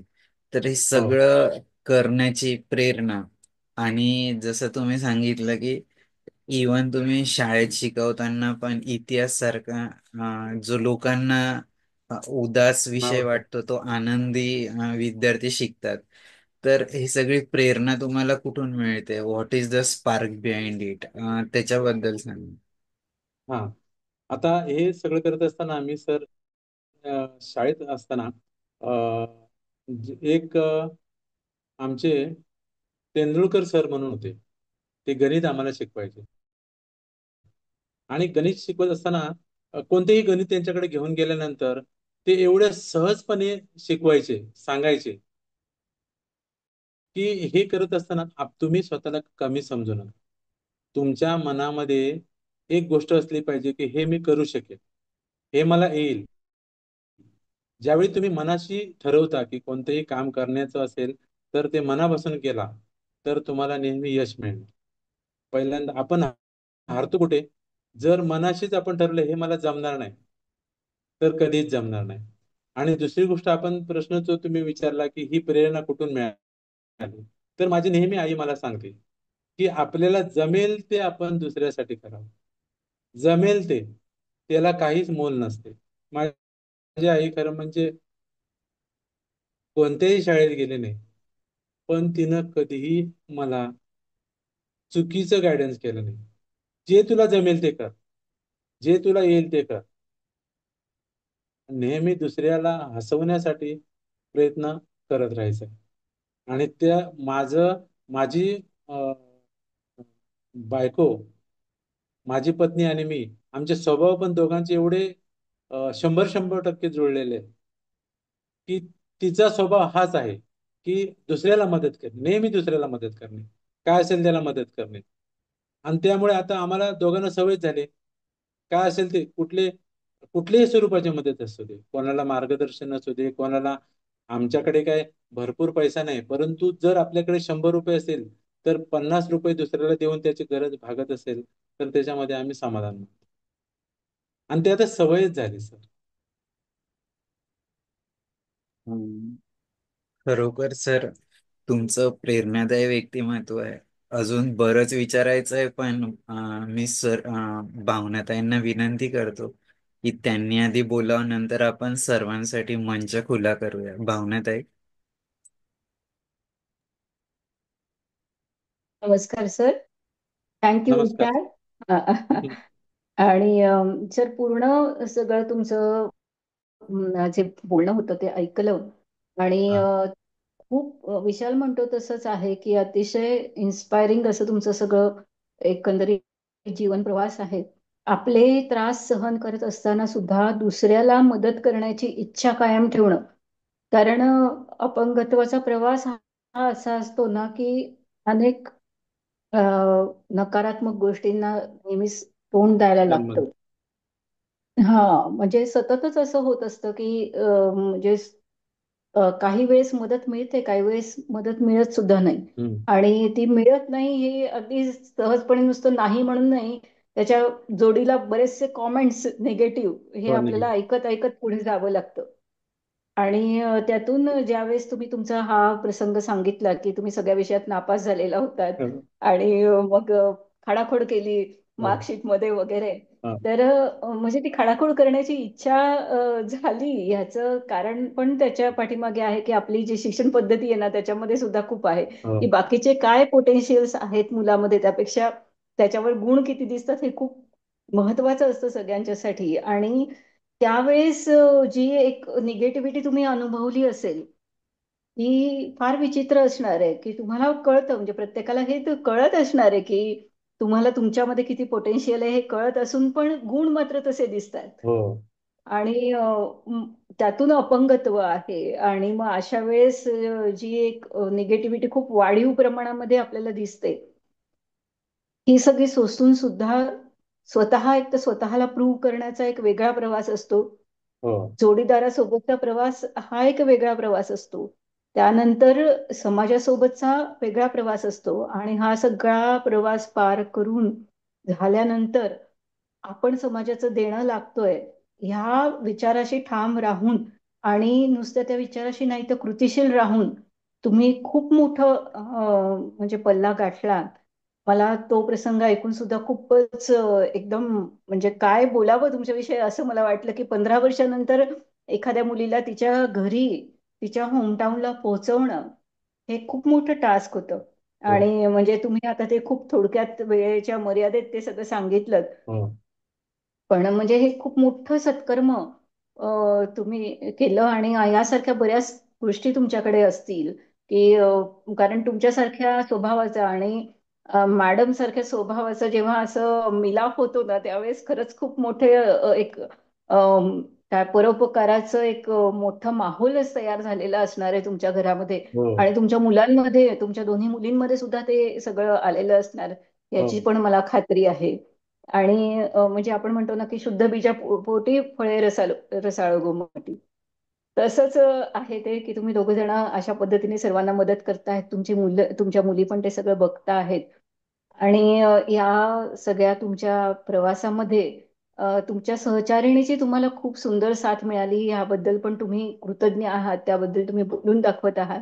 हो, ही सुद्धा खूप मोठी गोष्ट आहे सर. आणि हे सगळं करत असताना तुम्ही तुमचा अभ्यास थांबवलेला नाही. म्हणजे तुम्ही संभाजी महाराजांविषयीचं पुस्तक आणि त्याच्या आतापर्यंत 10,000 कॉपीज विकल्या गेलेल्या आहेत असं परिचयामध्ये लक्षात आलं. तर ही पण फार मोठी गोष्ट आहे. म्हणजे संभाजी महाराजांसारखं व्यक्तिमत्व महाराष्ट्रात प्रत्येकापर्यंत पोहोचवणं ही खूप मोठी गोष्ट आहे. आणि खूप महत्वाचं आणि खूप कौतुकास्पद गोष्ट मला ही वाटली की संभाजी महाराजांनी जो एक खडतर प्रवास सगळा अनुभवला त्या प्रवासातून प्रेरणा घेऊन एका हाताचं फ्रॅक्चर झालेलं असताना एका हाताने टायपिंग करून तुम्ही याच्यापेक्षा वेगळी श्रद्धांजली म्हणा किंवा भावांजली म्हणा संभाजी महाराजांना काय असू शकेल. हो. ते माझ्या मी प्रस्तावनेमध्ये त्याचा उल्लेख केलाय मॅडम. हा हो, हा त्या उल्लेख ते हा म्हणजे खूपच खूप मोठी गोष्ट आहे. आणि तुमची तुम्ही जे ते महानाट्य सगळं उभं केलं ते स्टेजवर पण आलेलं आहे का? स्टेजवर म्हणजे ती जी पात्र आहेत ते साधारण 35 पात्र आहेत. आणि 35 हम्म. पात्र्यांचा सेट एवढा मिळणं अवघड आहे. मग ते हम्म. वाचकांना वाचण्यासाठी उत्तम आहे. मी काय केलं त्याच्यातला एक प्रयोग छोटासा आमच्या शाळेमध्येच बसवलेला होता. अच्छा. संभाजी महाराज आणि असे मावळे ते पण लोकांना एवढं आवडलं, भरपूर हो आवडलं. आणि हो दुसरी गोष्ट आता जे इथे ओशाळाला मृत्यू जे आपले गाजत आहे कोकण हो आणि हो. दक्षिण त्याच्यामध्ये जे ठाकूर सर आहेत हम्म. ते ठाकूर सर माझ्या घरी येऊन गेलेत, मला भेटून गेलेत. आणि त्यांना हम्म. मी त्यावेळी 15-20 पुस्तकं ते मी दिले त्यांना. तर त्यावेळी सर पण म्हटले की सर हे तुमचं जे पुस्तक आहे ह्याने खूप मोठं आहे आणि एवढी पात्रं आमच्याकडे नाही. माझ्याकडे 10 लोक आहेत आणि 10 लोकांचा घेऊन मी इथे ओशाळाला मृत्यू करतोय. आता आम्ही गेल्या वर्षीच इथे ओशाळाला मृत्यू आमच्या इथं कोल्हापूरमध्ये मी घेऊन आलेलो होतो.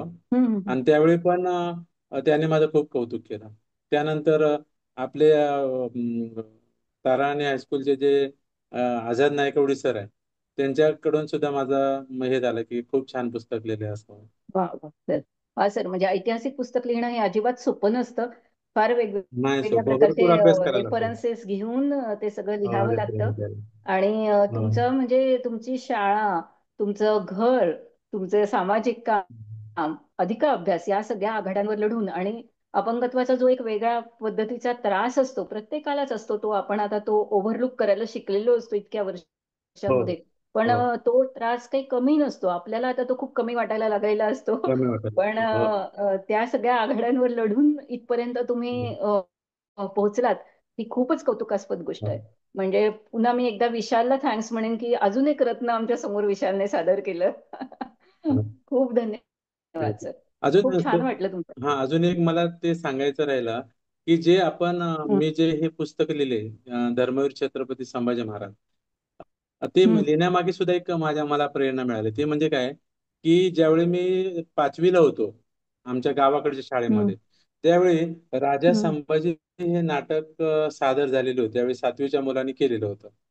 आणि त्यावेळी हं, संभाजीराजांची भूमिका दाखवलेली होती एक दारुडा माणूस म्हणून. हं. म्हणजे संभाजी महाराजांनी असे दारूचा पेला हातामध्ये धरल्याने हो. दारू पित आहेत आणि संभाजीराजांना पकडतात. आणि त्यावेळी संभाजी महाराज उठतात आणि माझी तलवार कुठे आहे असे उठतात वर. आणि तो जो पेला आहे तो असे धाडकन जमिनीवर आदळतात. आणि जमिनीवर आदळणारा पेला मी समोर बसलेलो होतो नाटक बघायला. ते बरोबर माझ्या मांडीवर येऊन बसला. हं, आणि मांडीवर येऊन बसल्यानंतर की छत्रपती संभाजी महाराज हे दारुडे खरोखर होते का? त्यांची जी मलिन प्रतिमा केलेली होती त्यावेळेचे जे लिहिणारे लोक होते त्यांनी केलेली होती, हे हं, खरोखरच होतं का? आणि एवढं स्वराज्य उभा करणाऱ्या छत्रपती शिवाजी महाराजांचं हे रत्न असं असू शकेल का? असं मला त्यावेळी वाटलं. म्हणजे मी 8वी 9वीत असताना वाटलं मला, 6वी 7वी मध्ये. आणि तिथपासून माझ्या मनामध्ये ते सलत होतं की आपण जास्तीत जास्त वाचन करून खरा इतिहास. तर त्यावेळी मी अशी बरीच जवळजवळ मी 6 वर्ष पुस्तक कंटिन्यू वाचत होतो हं. की कुठलं पुस्तक मिळालं तर संभाजीराजांची कुठल्याही पुस्तकामध्ये अशी भूमिका मी असं म्हणजे मागच्या 50 वर्षाचे जे लेखक आहेत त्यांनी असं कुठे उल्लेख केलेला नाही. मागच्या 50 वर्षाचं जे लेखन झाले ते खरोखरच चांगलं. गोखले म्हणा, ते गोखलेंचं तर अतिशय पुस्तक उत्तम आहे की त्याच्यामध्ये कुठेही नाही संभाजी महाराज दारू पितच नव्हता. संभाजी महाराजांना जर हे व्यसन असतं तर तो 9 वर्ष लढला असता का 5.5 लाख आणि सैन्याशी? अतिशय प्रतिकूल परिस्थितीमध्ये ते लढले, म्हणजे प्रतिकूल परिस्थितीमध्ये आपल्या बरोबरचे सगळे सोडून गेले. आणि जर संभाजी महाराजांना इतर जर नाद असते म्हणजे बाईंचा जर नाद असता तर संभाजी महाराजांनी एकच लग्न का केलं असतं? त्यावेळी तर राजांना किती लग्न करायची कुठं मुभा होती. होती. हो हो, अगदी अगदी. राजाराम महाराजांची 2-3 लग्न केली आणि स्वतःचं मात्र एकच केलं. पण पूर्णतः खोटं होतं ते. आणि त्याच्यावर ते मला सारखं सरत होतं आणि म्हणून मला वाटलं की आपण सुद्धा एखादं पुस्तक लिहावं आणि ते वाचकांच्या हातात जावं. आणि त्याच्यामध्ये ते सगळे मी फोडून टाकले, उदाहरण दिलेत मी वा. की संभाजी महाराजांना सुपारीच्या खंडाचंही व्यसन नव्हतं. आणि म्हणून तर ती व्यक्ती तो राजा 9 वर्ष लढला. आणि शेवटी औरंगजेबाला काय मिळालं? काहीच मिळालं नाही. त्याला दक्षिणे महाराष्ट्रातच मरावं लागलं 1707 मध्ये. हं. शेवटी दिल्लीला जाऊ शकला नाही. बरोबर आहे. हे आपल्या महाराष्ट्राला नाही तर आपल्या पूर्ण हिंदुस्थानाला त्याचा अभिमान वाटला पाहिजे. अगदी अगदी. आणि मानसिक ताकद जी असते ती व्यसनी माणसामध्ये एवढी हा. मानसिक ताकद असू शकत नाही की एवढे हाल शक्यच करून शक्यच नाही. मारलं गेल्यानंतर तरी सुद्धा आपल्या गोष्टीशी ठाम राहणं हे त्यांना जमूच शकलं नसतं. त्यांनी हार नाही मानली नाही असती शक्यच तिथे. नाही. नाही हम्म. नाही नाही. त्यावेळी पण औरंगजेबाच्या हातून तो सुटू शकला असता ना. पण हम्म. एवढा हम्म. करारी माणूस दारुडा असू शकतो का? नाही. त्याने आपल्या धर्माशी आपल्या ह्याच्याशी हिंदुस्थानासाठी आपल्या पूर्ण जीव ओवाळून टाकला ना. हो, आणून टाकलं खरंच आहे. खूप धन्यवाद सर. धन्यवाद धन्यवाद. विशाल. ओव्हर टू धन्यवाद विशाल. भावनाताई. रणजित जोशी सर. अनम्यूट करा सर, अनम्यूट.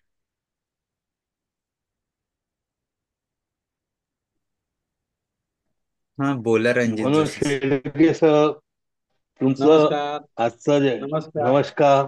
नमस्कार. हा, तुमचा तुमचा सगळा हा इतिहास इतिहास म्हणेन मी याला, म्हणजे हा. इतका भावनापूर्ण की मी भावून गेलो होतो पूर्ण. की हा. तुमचं सोशल ऍक्ट, तुमचं लिखाण, आणि आता जे शेवटचं संभाजींचं तुम्ही लिहिलं, ते का लिहिलं, हो. तर हे या सगळ्या गोष्टी पाहायला ऐकल्यानंतर मला खरंच भरून आलं. आणि समाज कार्याबद्दल तुम्ही जे म्हणजे हे इतका त्याग माणसाने, हे शिक्षकाने केला म्हणजे विद्यार्थ्यांवर त्याचा किती सत परिणाम होतो, हो. चांगला परिणाम होतो. आणि विद्यार्थ्यांकरता एक मोठं उदाहरण आहे. आपल्या मुलांकरता घरच्या आहेच, हो. पण विद्यार्थ्यांकरता ह्या सगळ्या गोष्टी खूप महत्वाच्या आहे. आणि त्याच्याकरता शिक्षक म्हणून तुमचं म्हणजे मला हे वाटतं, अभिमान वाटतो अत्यंत, की इतके चांगलं असे शिक्षक खरंच समाजाला खूप आवश्यक आहे.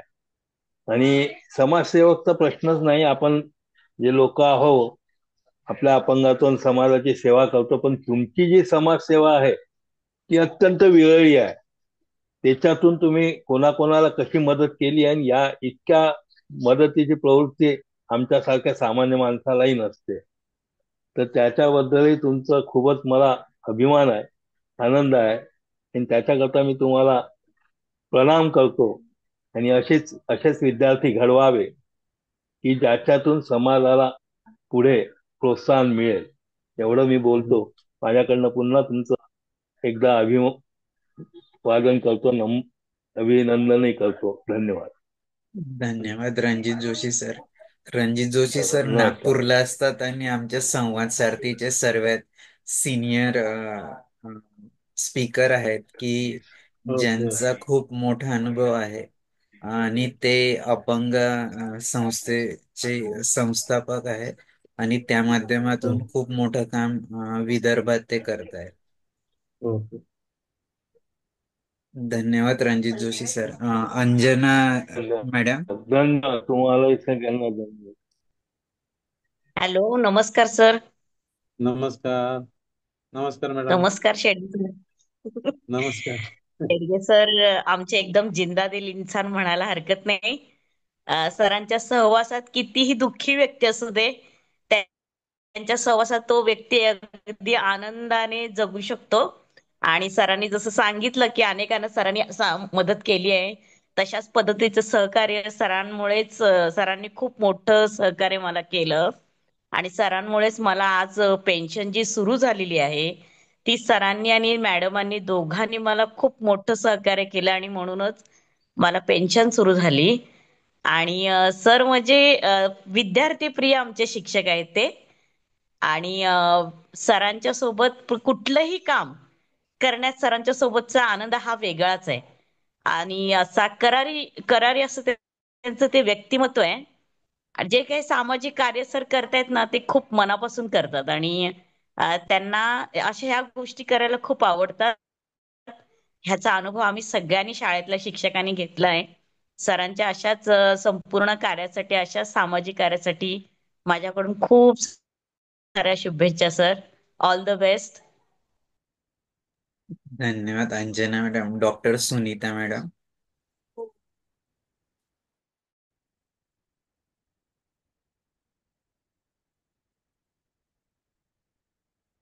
Doctor Sunita Pawar madam.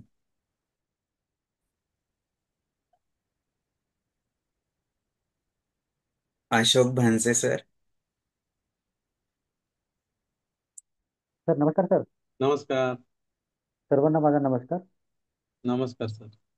Sir थोडं तुम्ही शाळेच्या बाबत जे म्हणजे सांगितलं सुरुवातीचा काळ, तर तुम्हाला शाळेपर्यंत घरचे कोणी नेऊन देत होते का तुम्ही स्वतः चालत जात होते, हे ते सांगा.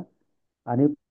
परत आपण आता आपर्यंत जे शाळेमध्ये विद्यार्थी घडवले हम्म. आणि ते बाहेर कुठे म्हणजे कार्यक्षेत्रात चांगलं नाव कमवलेले असेल, तर हो. त्यांच्यावर रिप्लाय काय येतं ते पण थोडं सांगा सर.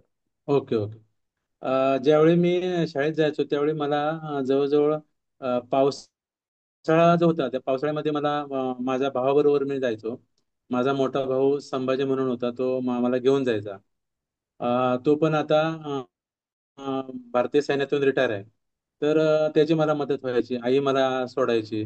कारण मध्ये नदी असल्यामुळे मला प्रॉब्लेम व्हायचा चालायचा, कारण माझा त्यावेळी तोल जायचा, बॅलन्स जायचा, आणि बॅलन्स जाऊन मी पडेन आणि नदीतून वाहून जाईन म्हणून मला ते सोडायचे. त्याच्यानंतर माझे विद्यार्थी, आज माझे विद्यार्थी बघितला तर परदेशात पण आहेत. आता गिरीश खानोलकर म्हणून आहे, तो IT इंजिनियर आहे. त्याच्यानंतर हर्षद साटम हा महानगरपालिकेमध्ये इंजिनियर आहे. त्यानंतर गुरुदास अ, माझगावकर म्हणून हा एक मुलगा आहे, तो वकील आहे. अजून एक म्हणजे असे सांगण्यासारखे खूप किस्से आहेत. आता गुरुदास माझगावकर तुम्हाला सांगायचं तर, मी ज्यावेळी कणकवलीला होतो त्या कणकवलीच्या नागवे गावातला तो विद्यार्थी, तो कुंभार समाजाचा होता. आणि त्या शाळेमध्ये मी मुख्याध्यापक असताना तो 10वी पास झाल्यानंतर त्याने शाळा सोडली. शाळा सोडल्यानंतर मला कळलं की त्याने शाळा सोडली. मी त्याच्या घरी गेलो, घरी, आणि अतिशय हुशार. तू म्हटलं बाळ का शाळा सोडला, तर नाही मला बाबा म्हणायला लागलेत की आता ह्या माझ्या धंद्यामध्ये माडक्याच्या धंद्यामध्ये तू काम करायला पाहिजेस. म्हटलं तसं करू नकोस, तुला हॉस्टेलमध्ये आपण ऍडमिशन घेऊया. मी सावंतवाडीमध्ये समाज कल्याणचं हॉस्टेल असतंय, त्या हॉस्टेलमध्ये मी त्याला ऍडमिशन घेऊन दिला. तिथले रेक्टर जे होते काहीतरी भानुसे म्हणून, तर त्यांना मी भेटलो आणि म्हटलं हा माझा विद्यार्थी आहे आणि काय असेल ते सर मला सांगत जावा, आणि दाखले वगैरे घ्या आणि त्याला शाळेत घ्या. तर तो त्यावेळी 12वी मध्ये सर त्या कणकवली कॉलेजमध्ये फर्स्ट आला. कणकवलीमध्ये फर्स्ट आल्यानंतर तो म्हणायला लागला की सर आता काय करू, तर म्हटलं तुला काय करायचं आहे, तर मला LLB करायचं आहे. म्हटलं कर ना LLB, तुला काय प्रॉब्लेम आहे, LLB कर, उलट चांगलं आहे. तर मला ग्रॅज्युएशन व्हायला पाहिजे. मग तू काय कर, म्हटलं कुठल्या तरी वकिलाच्या हाताखाली तिथे त्याचे जे हे लिहायला लागते, क्लार्क म्हणून काम कर. मग त्यांनी 11वी 12वी 13वी 14वी आणि 15वी पर्यंत त्यांनी एक तिथले वकील होते कणकवलीचे, त्या वकिलांच्या हाताखाली तो क्लार्क म्हणून राहिला. आणि त्याच्यानंतर त्याने LLB ला ऍडमिशन घेतले कोल्हापूर शाहू कॉलेजला. आणि शाहू कॉलेजला घेतल्यानंतर त्याच्या घरातले लोक त्याला कर्ज पाहिजे होते त्यावेळी 15,000 रुपये. आणि 15,000साठी त्याच्याकडे कोण जामीन व्हायला तयार नाही. मग तो मला आला आणि म्हणाला की सर कोण जामीन व्हायला तयार नाही आणि मला फी भरण्यासाठी 15,000 रुपये पाहिजेत. तर मला कर्ज काढण्यासाठी तुम्ही जामीन व्हाल का? तर होय म्हटलं, काय प्रॉब्लेम नाही. मी म्हटलं खाजगी नोकरीला आहे. मिसेस माझी बायको म्हटलं तुला 100% हे राहील, म्हटलं जामीन राहील. मॅडमकडे आणला फॉर्म, दिला फॉर्म, आणि युनियन बँकेत तिला 15,000 रुपये कर्ज मिळाला. तो वकील झाला आणि वकिलीला पण फर्स्ट आला. आणि आता तो चांगल्या प्रकारे कणकवलीमध्ये वकिली करतो, गुरुदास माझगावकर म्हणून. हा एक मला आनंद वेगळा आहे. हा एक मी विद्यार्थी घडवला. असे कितीतरी सांगू शकतो, पण आता हे आलं म्हणून मी सांगतोय की हा एक कुंभाराचे मडके विकत बसणारा विद्यार्थी आज चांगला नामांकित वकील आहे सिंधुदुर्ग जिल्ह्यामध्ये. अजून काय आनंद पाहिजे आपल्याला खूप खूप छान सर. सर? आणि पुढील वाटचालीस खूप खूप शुभेच्छा सर. धन्यवाद सर. धन्यवाद Bhanse sir, Sarika madam, doctor Sunita madam. Hello sir. हा बोला. नमस्कार मॅडम. मॅडम तुमची खंत पूर्ण राहिली, सर खूप कमी वेळ बोलले. बहुतेक अंजना मॅडमने निरोप दिला तुमचा. तू- अंजनाचा हा. अंजनाचा 2 भाग पडला. हो, 2-3 वेळा बोलले सरांना कमी बोला म्हणून. ते मला शाळेत आज दिवसभर म्हणत होते आमचं नेट पॅक संपू नका. Pawar madam. Hello sir.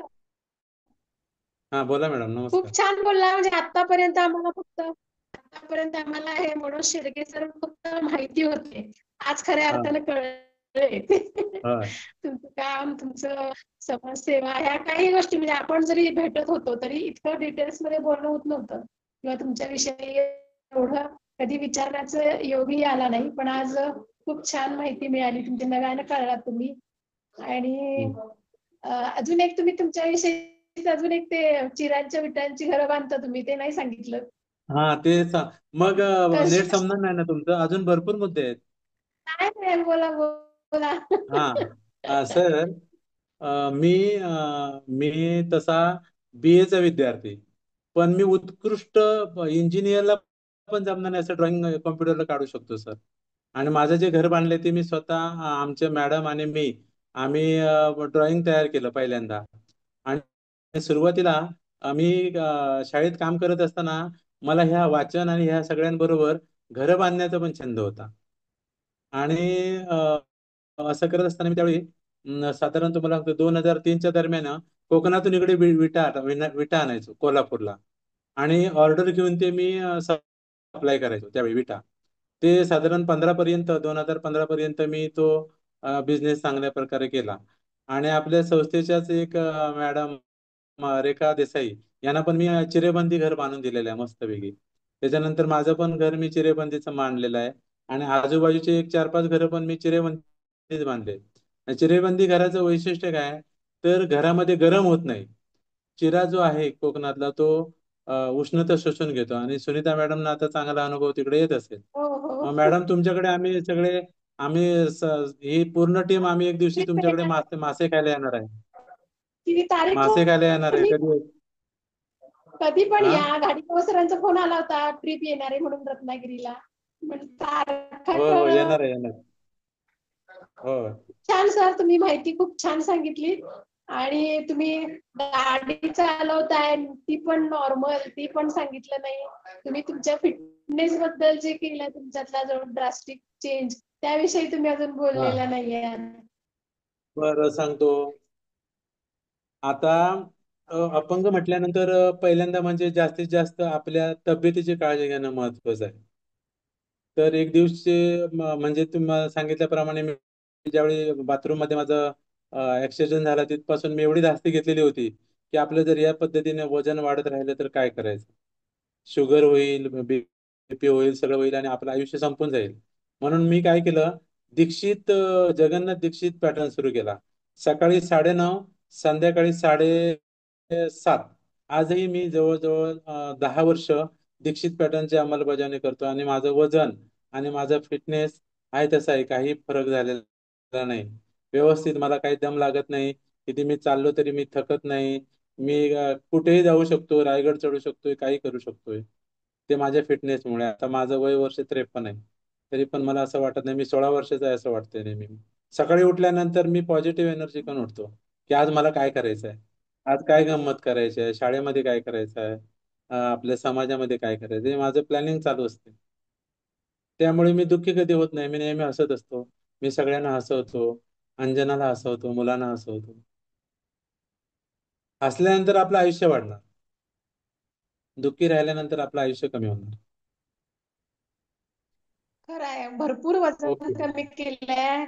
4 wheeler सुद्धा सर हा, दहा. नॉर्मल सारखे चालवतात. हा, अजून एक तुम्ही आता आठवण केलं म्हणून सर, मी कधी कोणाकडेही जाऊन 4 व्हीलर ड्रायव्हिंग शिकलेलो नाही. मला म्हणायचे तू 4 व्हीलर कधीच चालवणार नाही. मी ज्यावेळी गाडी घेतली त्यावेळी ज्याच्याकडनं गाडी घेतली त्याला सांगितलं मला फक्त 2 राऊंड मारून दाखव ग्राउंडवर. आणि त्याने मला 2 राऊंड मारून दाखवलं. तिसरं राऊंड मी मारलं आणि आज मी संपूर्ण महाराष्ट्र साधारण 4-4, 5-5 दिवस कंटिन्यू ड्रायव्हिंग करतो. मी औरंगाबाद पासून तिकडे मागच्या वेळेला ट्रिपला गेलेलो, 4 दिवस कंटिन्यू ड्रायव्हिंग करत होतो. कोणी माझ्या बरोबर नाही, माझी बायको, मी आणि माझ्या 2 मुली. आणि ते ड्रायव्हिंग करून आणखी फिरायचं इकडे तिकडे. आपण डेअरिंग केल्याशिवाय काय म्हणणार, मला हे जमणार नाही ना असं म्हणायचं नाही. मला ड्रायव्हिंगचं लायसन देताना सुद्धा म्हटलं की तुम्ही कोणाकडे शिकला, मला कोणाकडे शिकलो नाही, मी माझं शिकलो. मला त्याने दाखवलं गेअर कुठला टाकायचा, कसं काय करायचं, काय करायचं. आज मी जवळजवळ 10 ते 12 वर्ष गाडी चालवतोय. असं कोणाला टच सुद्धा केलेलं नाही. पलीकडे चाक सुद्धा असं रस्त्याच्या बाहेर गेलेलं नाही किंवा कोणाला ठोकलेलं नाही. स्वतःशी पूर्णतः हे मी करणार, हे मला येणारच. येणार नाही हा माझ्या आयुष्यामध्ये शब्दच नाही की हे मला जमणार नाही असं. अजूनपर्यंत मला वाटत नाही की हे मला जमणार नाही. मला काही सगळं जमणार हे होय. मी उत्कृष्ट स्वयंपाकी आहे, हे पण सुनीता मॅडम तुम्हाला माहित असेल. हो. मी चांगल्या प्रकारे मासे करतो, मी चांगल्या प्रकारे मटण करतो, मी भाकरी भाजतो, मी चपाती भाजतो, मी फरशी पुसतो, मी भांडी घासतो, मी कपडे धुतो, सगळं ऑलराऊंडर. काय आपल्यामध्ये काय कमी आहे? स्वतःला आपण समजायचंच नाही कमी. आमची बायको जेवण केल्यानंतर म्हणतोय, आज सर मस्त मासे केलेला, वास आला छानपैकी. ओके. छान वाटलं बोलून तुम्हाला खूप दिवसांनी बघून. ऑल दी तुम्हाला पण बेस्ट. बघून बरं वाटलं मला खूप दिवसांनी. भेटू लवकरच, तुम्ही ट्रिपला येणार तेव्हा. ह्यावेळी मी नाही आहे ट्रिपला, मी जरा कोकणात चाललोय. अच्छा, तुम्ही हो, नंतर या. तिकडे गावी गावी येणार आहे आता. सरांबरोबर आपली आपली सारथीची टीमच घेऊन येऊ. सरांना बोलूया ना तिकडे. हो हो, मी बोलवलंय संकुल सरांना, कधी येतात काय होय माहित. ना? हम्म. मग सरांबरोबर सर कोल्हापूरला येतील, कोल्हापूरवरून आम्ही येऊ तिकडे. नक्की नक्की. All the okay. Best. Okay, thank you. बाकीच्यांना पण बोलायचं आहे. कोणाला? बाकीचे अजून मेंबर असतील ना हा, बोलायचे, हो त्यांना. हो बरोबर. हो, okay. Yes. Sarika madam.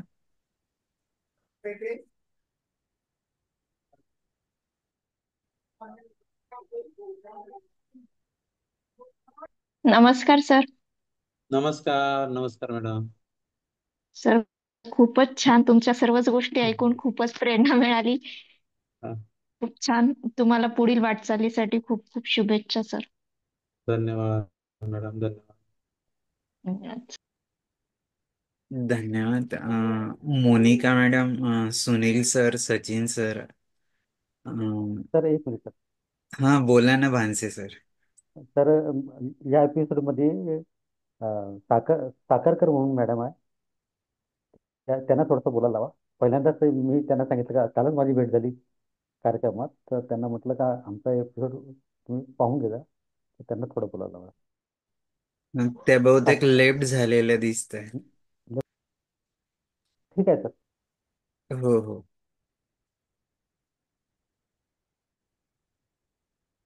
Monika madam, Sunil sir, Sachin sir, please unmute करून बोला. इन्फिनिक्स नावाने कोण आहे? मानसे मॅडम, तुम्हाला पण बोलायचं आहे. तुम्हाला पण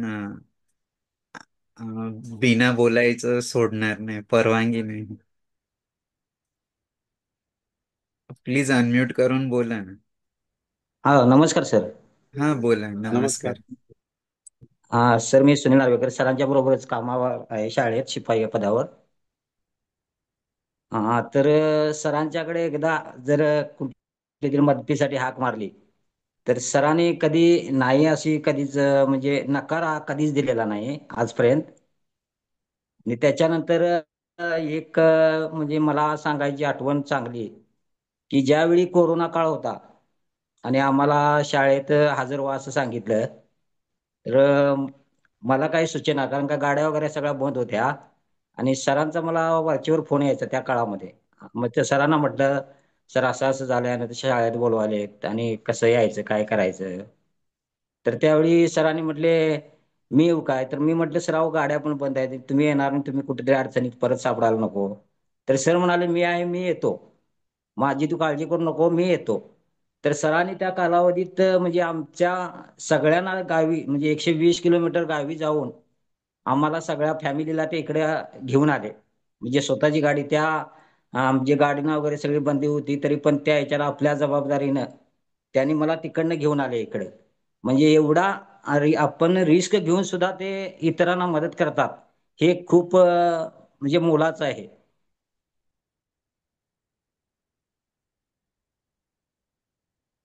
धन्यवाद नार्वेकर सर. धन्यवाद थँक्यू सर. सर. हो. इन्फिनिक्स नावाने कोण आहे? तुम्ही अनम्यूट केलं होतं, तुम्ही बोला.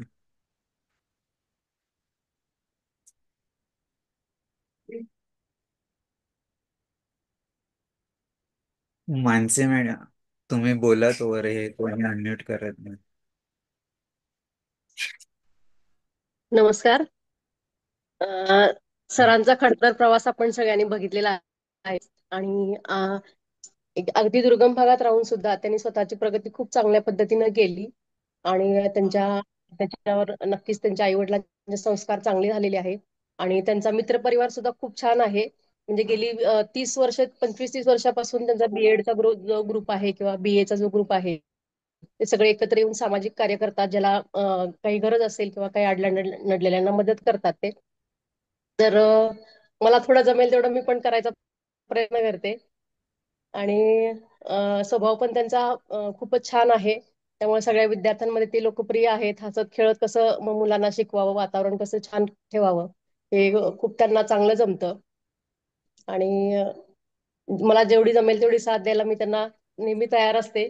आणि आपल्याकडून चांगली चांगली लोक घडावीत, अडीअडचणीला सगळ्यांना मदत करावी, हे दोघांनी पण आम्ही तत्व नेहमीच सांभाळलेलं आहे. धन्यवाद. तू तर माझ्या मॅडम सारखे आहे.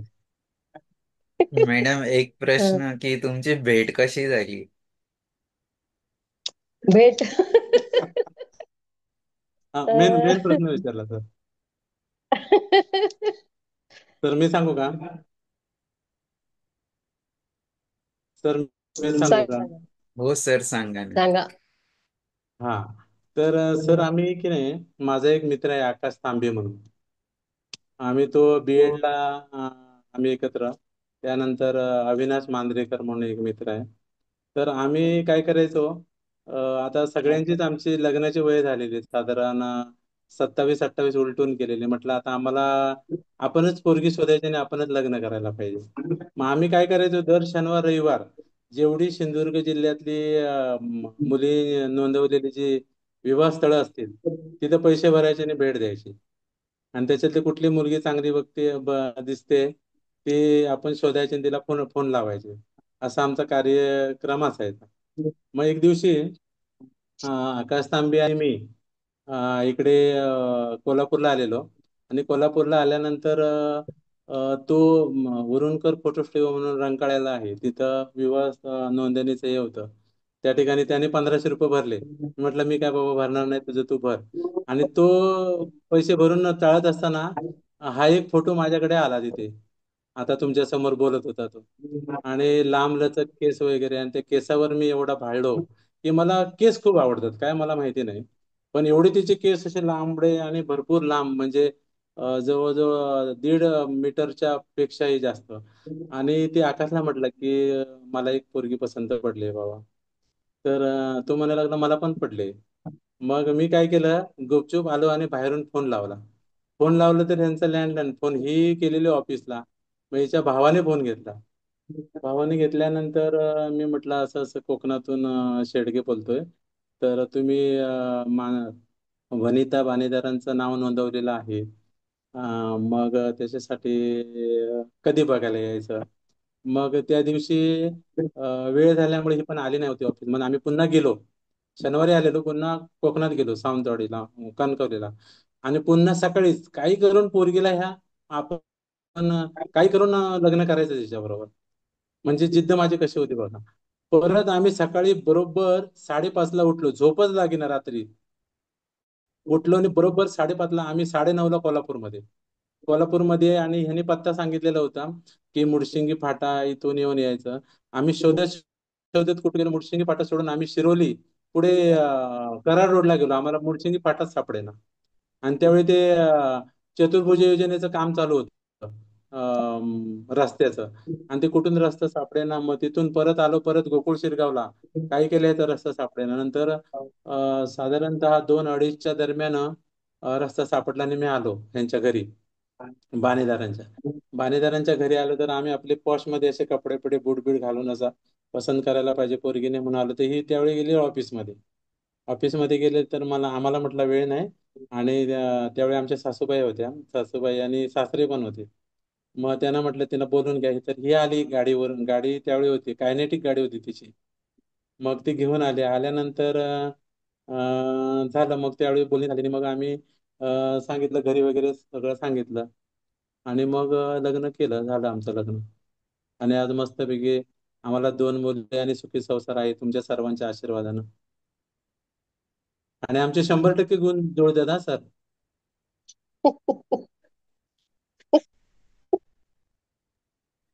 म्हणजे कुठेतरी छान. पुण्य केलेलं आहे ना सर. Yes sir. खरोखर मानसी मॅडम, तुमची साथ आहे त्यामुळे ते खूप चांगले आज जे त्यांना करायचं आहे ते सगळ्या गोष्टींमध्ये पुढाकार घेतात. Yes sir. Yes. Monica madam, Sunil sir, sorry, Sachin sir. आणि अजून इन्फिनिक्स नावाने कोण आहे? आपणच राहिलात बोलायचं तर अनम्यूट करून बोला. राजारामजी, तुम्ही पण आता जॉईन झाला, तुम्हाला काही बोलायचं असेल तर अनम्यूट करून बोला.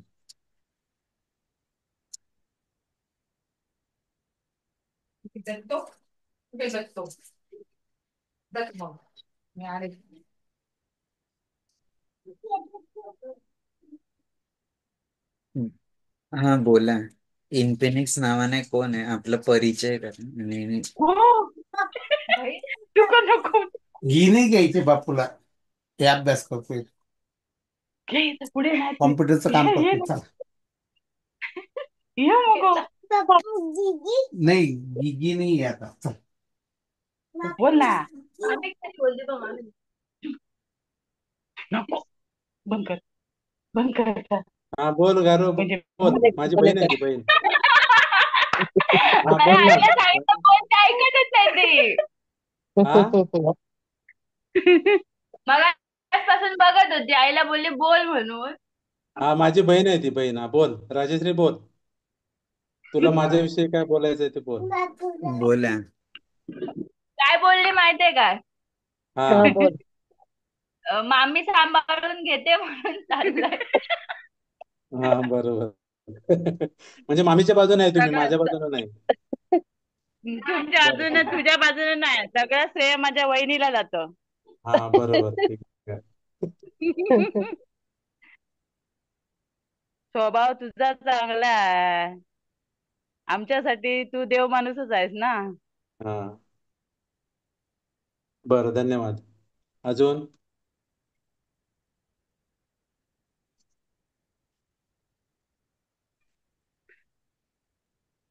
सचिन सर, तुम्हीच राहिलात. बहुतेक त्यांना अनम्यूट नाही करता येते.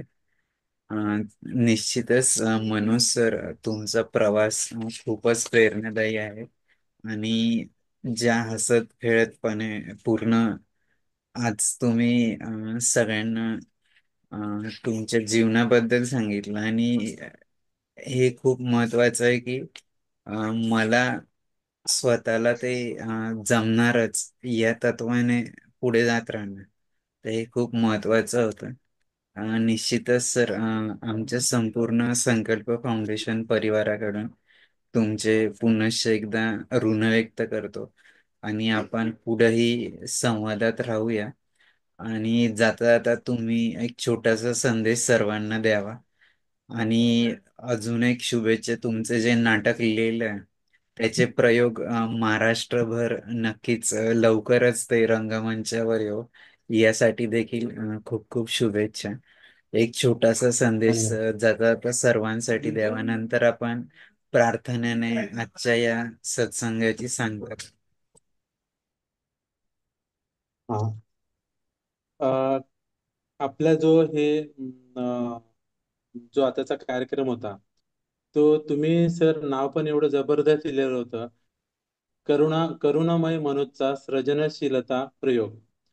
तर पूर्णतः ही माझी जे जीवन आता मी मांडलं ते दया आणि कल्पनाशक्तीचा वापर करून नाविन्य निर्माण करण्याची क्षमता आणि ती प्रत्यक्षात उतरवणे, असा त्या तुम्ही दिलेल्या नावाला पूर्ण साजेस आजचं माझं जीवन होतं. म्हणजे तुम्हाला पण कसं काय कळलं माहिती नाही की आपण ह्या एक दोन तीन, आणि हे सुद्धा चढता क्रम होता बघा. एक नंबर, एक दोन तीन, 123वा प्रयोग. म्हणजे किती सगळी कुंडली ही जुळून आली बघा. तर मला जाता जाता एकच संदेश द्यायचा आहे की कधीही माणसाने आपल्या जीवनामध्ये न खचता आलेल्या संकटाशी सामना करणं हे प्रत्येकाने ठरवलं पाहिजे. परिस्थिती बदलण्याची ताकद आपल्यामध्ये आहे, हे प्रत्येकाने आपल्यातले गुण ओळखायला पाहिजेत. आणि ज्यावेळी माणूस परिस्थितीवर मात करायला शिकेल त्यावेळीच तो आनंद राहील. बघताना नेहमी आपल्या वरच्या लोकांकडे न बघता खालच्या लोकांकडे बघायचं, तरच आपण समाधानी राहू आणि आनंदी राहू, एवढं मला वाटतं. धन्यवाद सर. धन्यवाद Manoj sir. Doctor Sunita madam, प्रार्थना आज तुम्ही घ्यावी.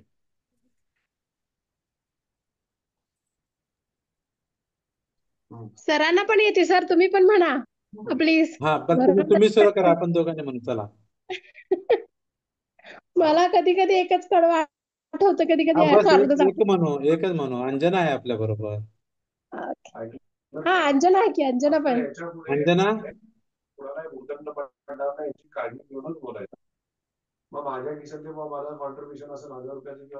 अंजना आहे का? अंजना मॅडम.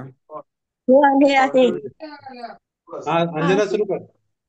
हो बरं. ओके. हा. सुख सुख दुःखाचे घासले, सुख दुःखाचे घासले, परी पाचवायाची शक्ती दे, पराभवाचे धाव झेलता, पराभवाचे धाव झेलता, हसवायाची युक्ती दे, सुख दुःखाचे घास दे, एकच दे मग देई श्रद्धा, एकच दे मग देई श्रद्धा, आढळ ध्रुवापरी परमेशा, विघ्नांचा विघ्नांचा जरी अग्नीचे अग्नीचे तुला, विघ्नांचा विघ्नांचा जरी अग्नीचे अग्नीचे तुला, तुला फुटेल पुनरपी मनी आशा, दुःखाचे घास दे, परी पचवायाची शक्ती दे, अश्रूंच्या मग बिंदू बिंदूतून, अश्रूंच्या मग बिंदू बिंदूतून इंद्रधनु मी नटवू, सुख दुःखाचे घेऊन धागे, सुख दुःखाचे घेऊन धागे, इंद्रधनु मी नटवू, सुख घास दुःखाचे दे, परी पचवायाची शक्ती शक्ती दे, दे, शक्ती दे, शक्ती दे. धन्यवाद सर. धन्यवाद. मी पुनश्च एकदा सर्व श्रोत्यांचे मनापासून आभार व्यक्त करतो आणि मनोज सर, आमच्या संपूर्ण टीम कडून तुमचे ऋण व्यक्त करतो. पुढेही आपण संवादात राहूया आणि या माध्यमातून निश्चितच आपल्यासारखे महानुभाव जेव्हा आम्हाला भेटतात तर निश्चितच यातनं प्रत्येक वेळेस नवीन ऐकायला मिळतं, शिकायला मिळतं आणि त्या सर्वांना पर्यंत पोहोचवण्याची जी संधी मिळते त्याबद्दल निश्चितच आम्हाला खूप छान प्रेरणा मिळत असते आणि अभिमान पण वाटतो की हे सगळं करण्याची संधी मिळते. मी पुनश्च एकदा सर्वांचे आभार व्यक्त करतो आणि आज आपल्या कार्यक्रमाची सांगता करतो. Thank you very much.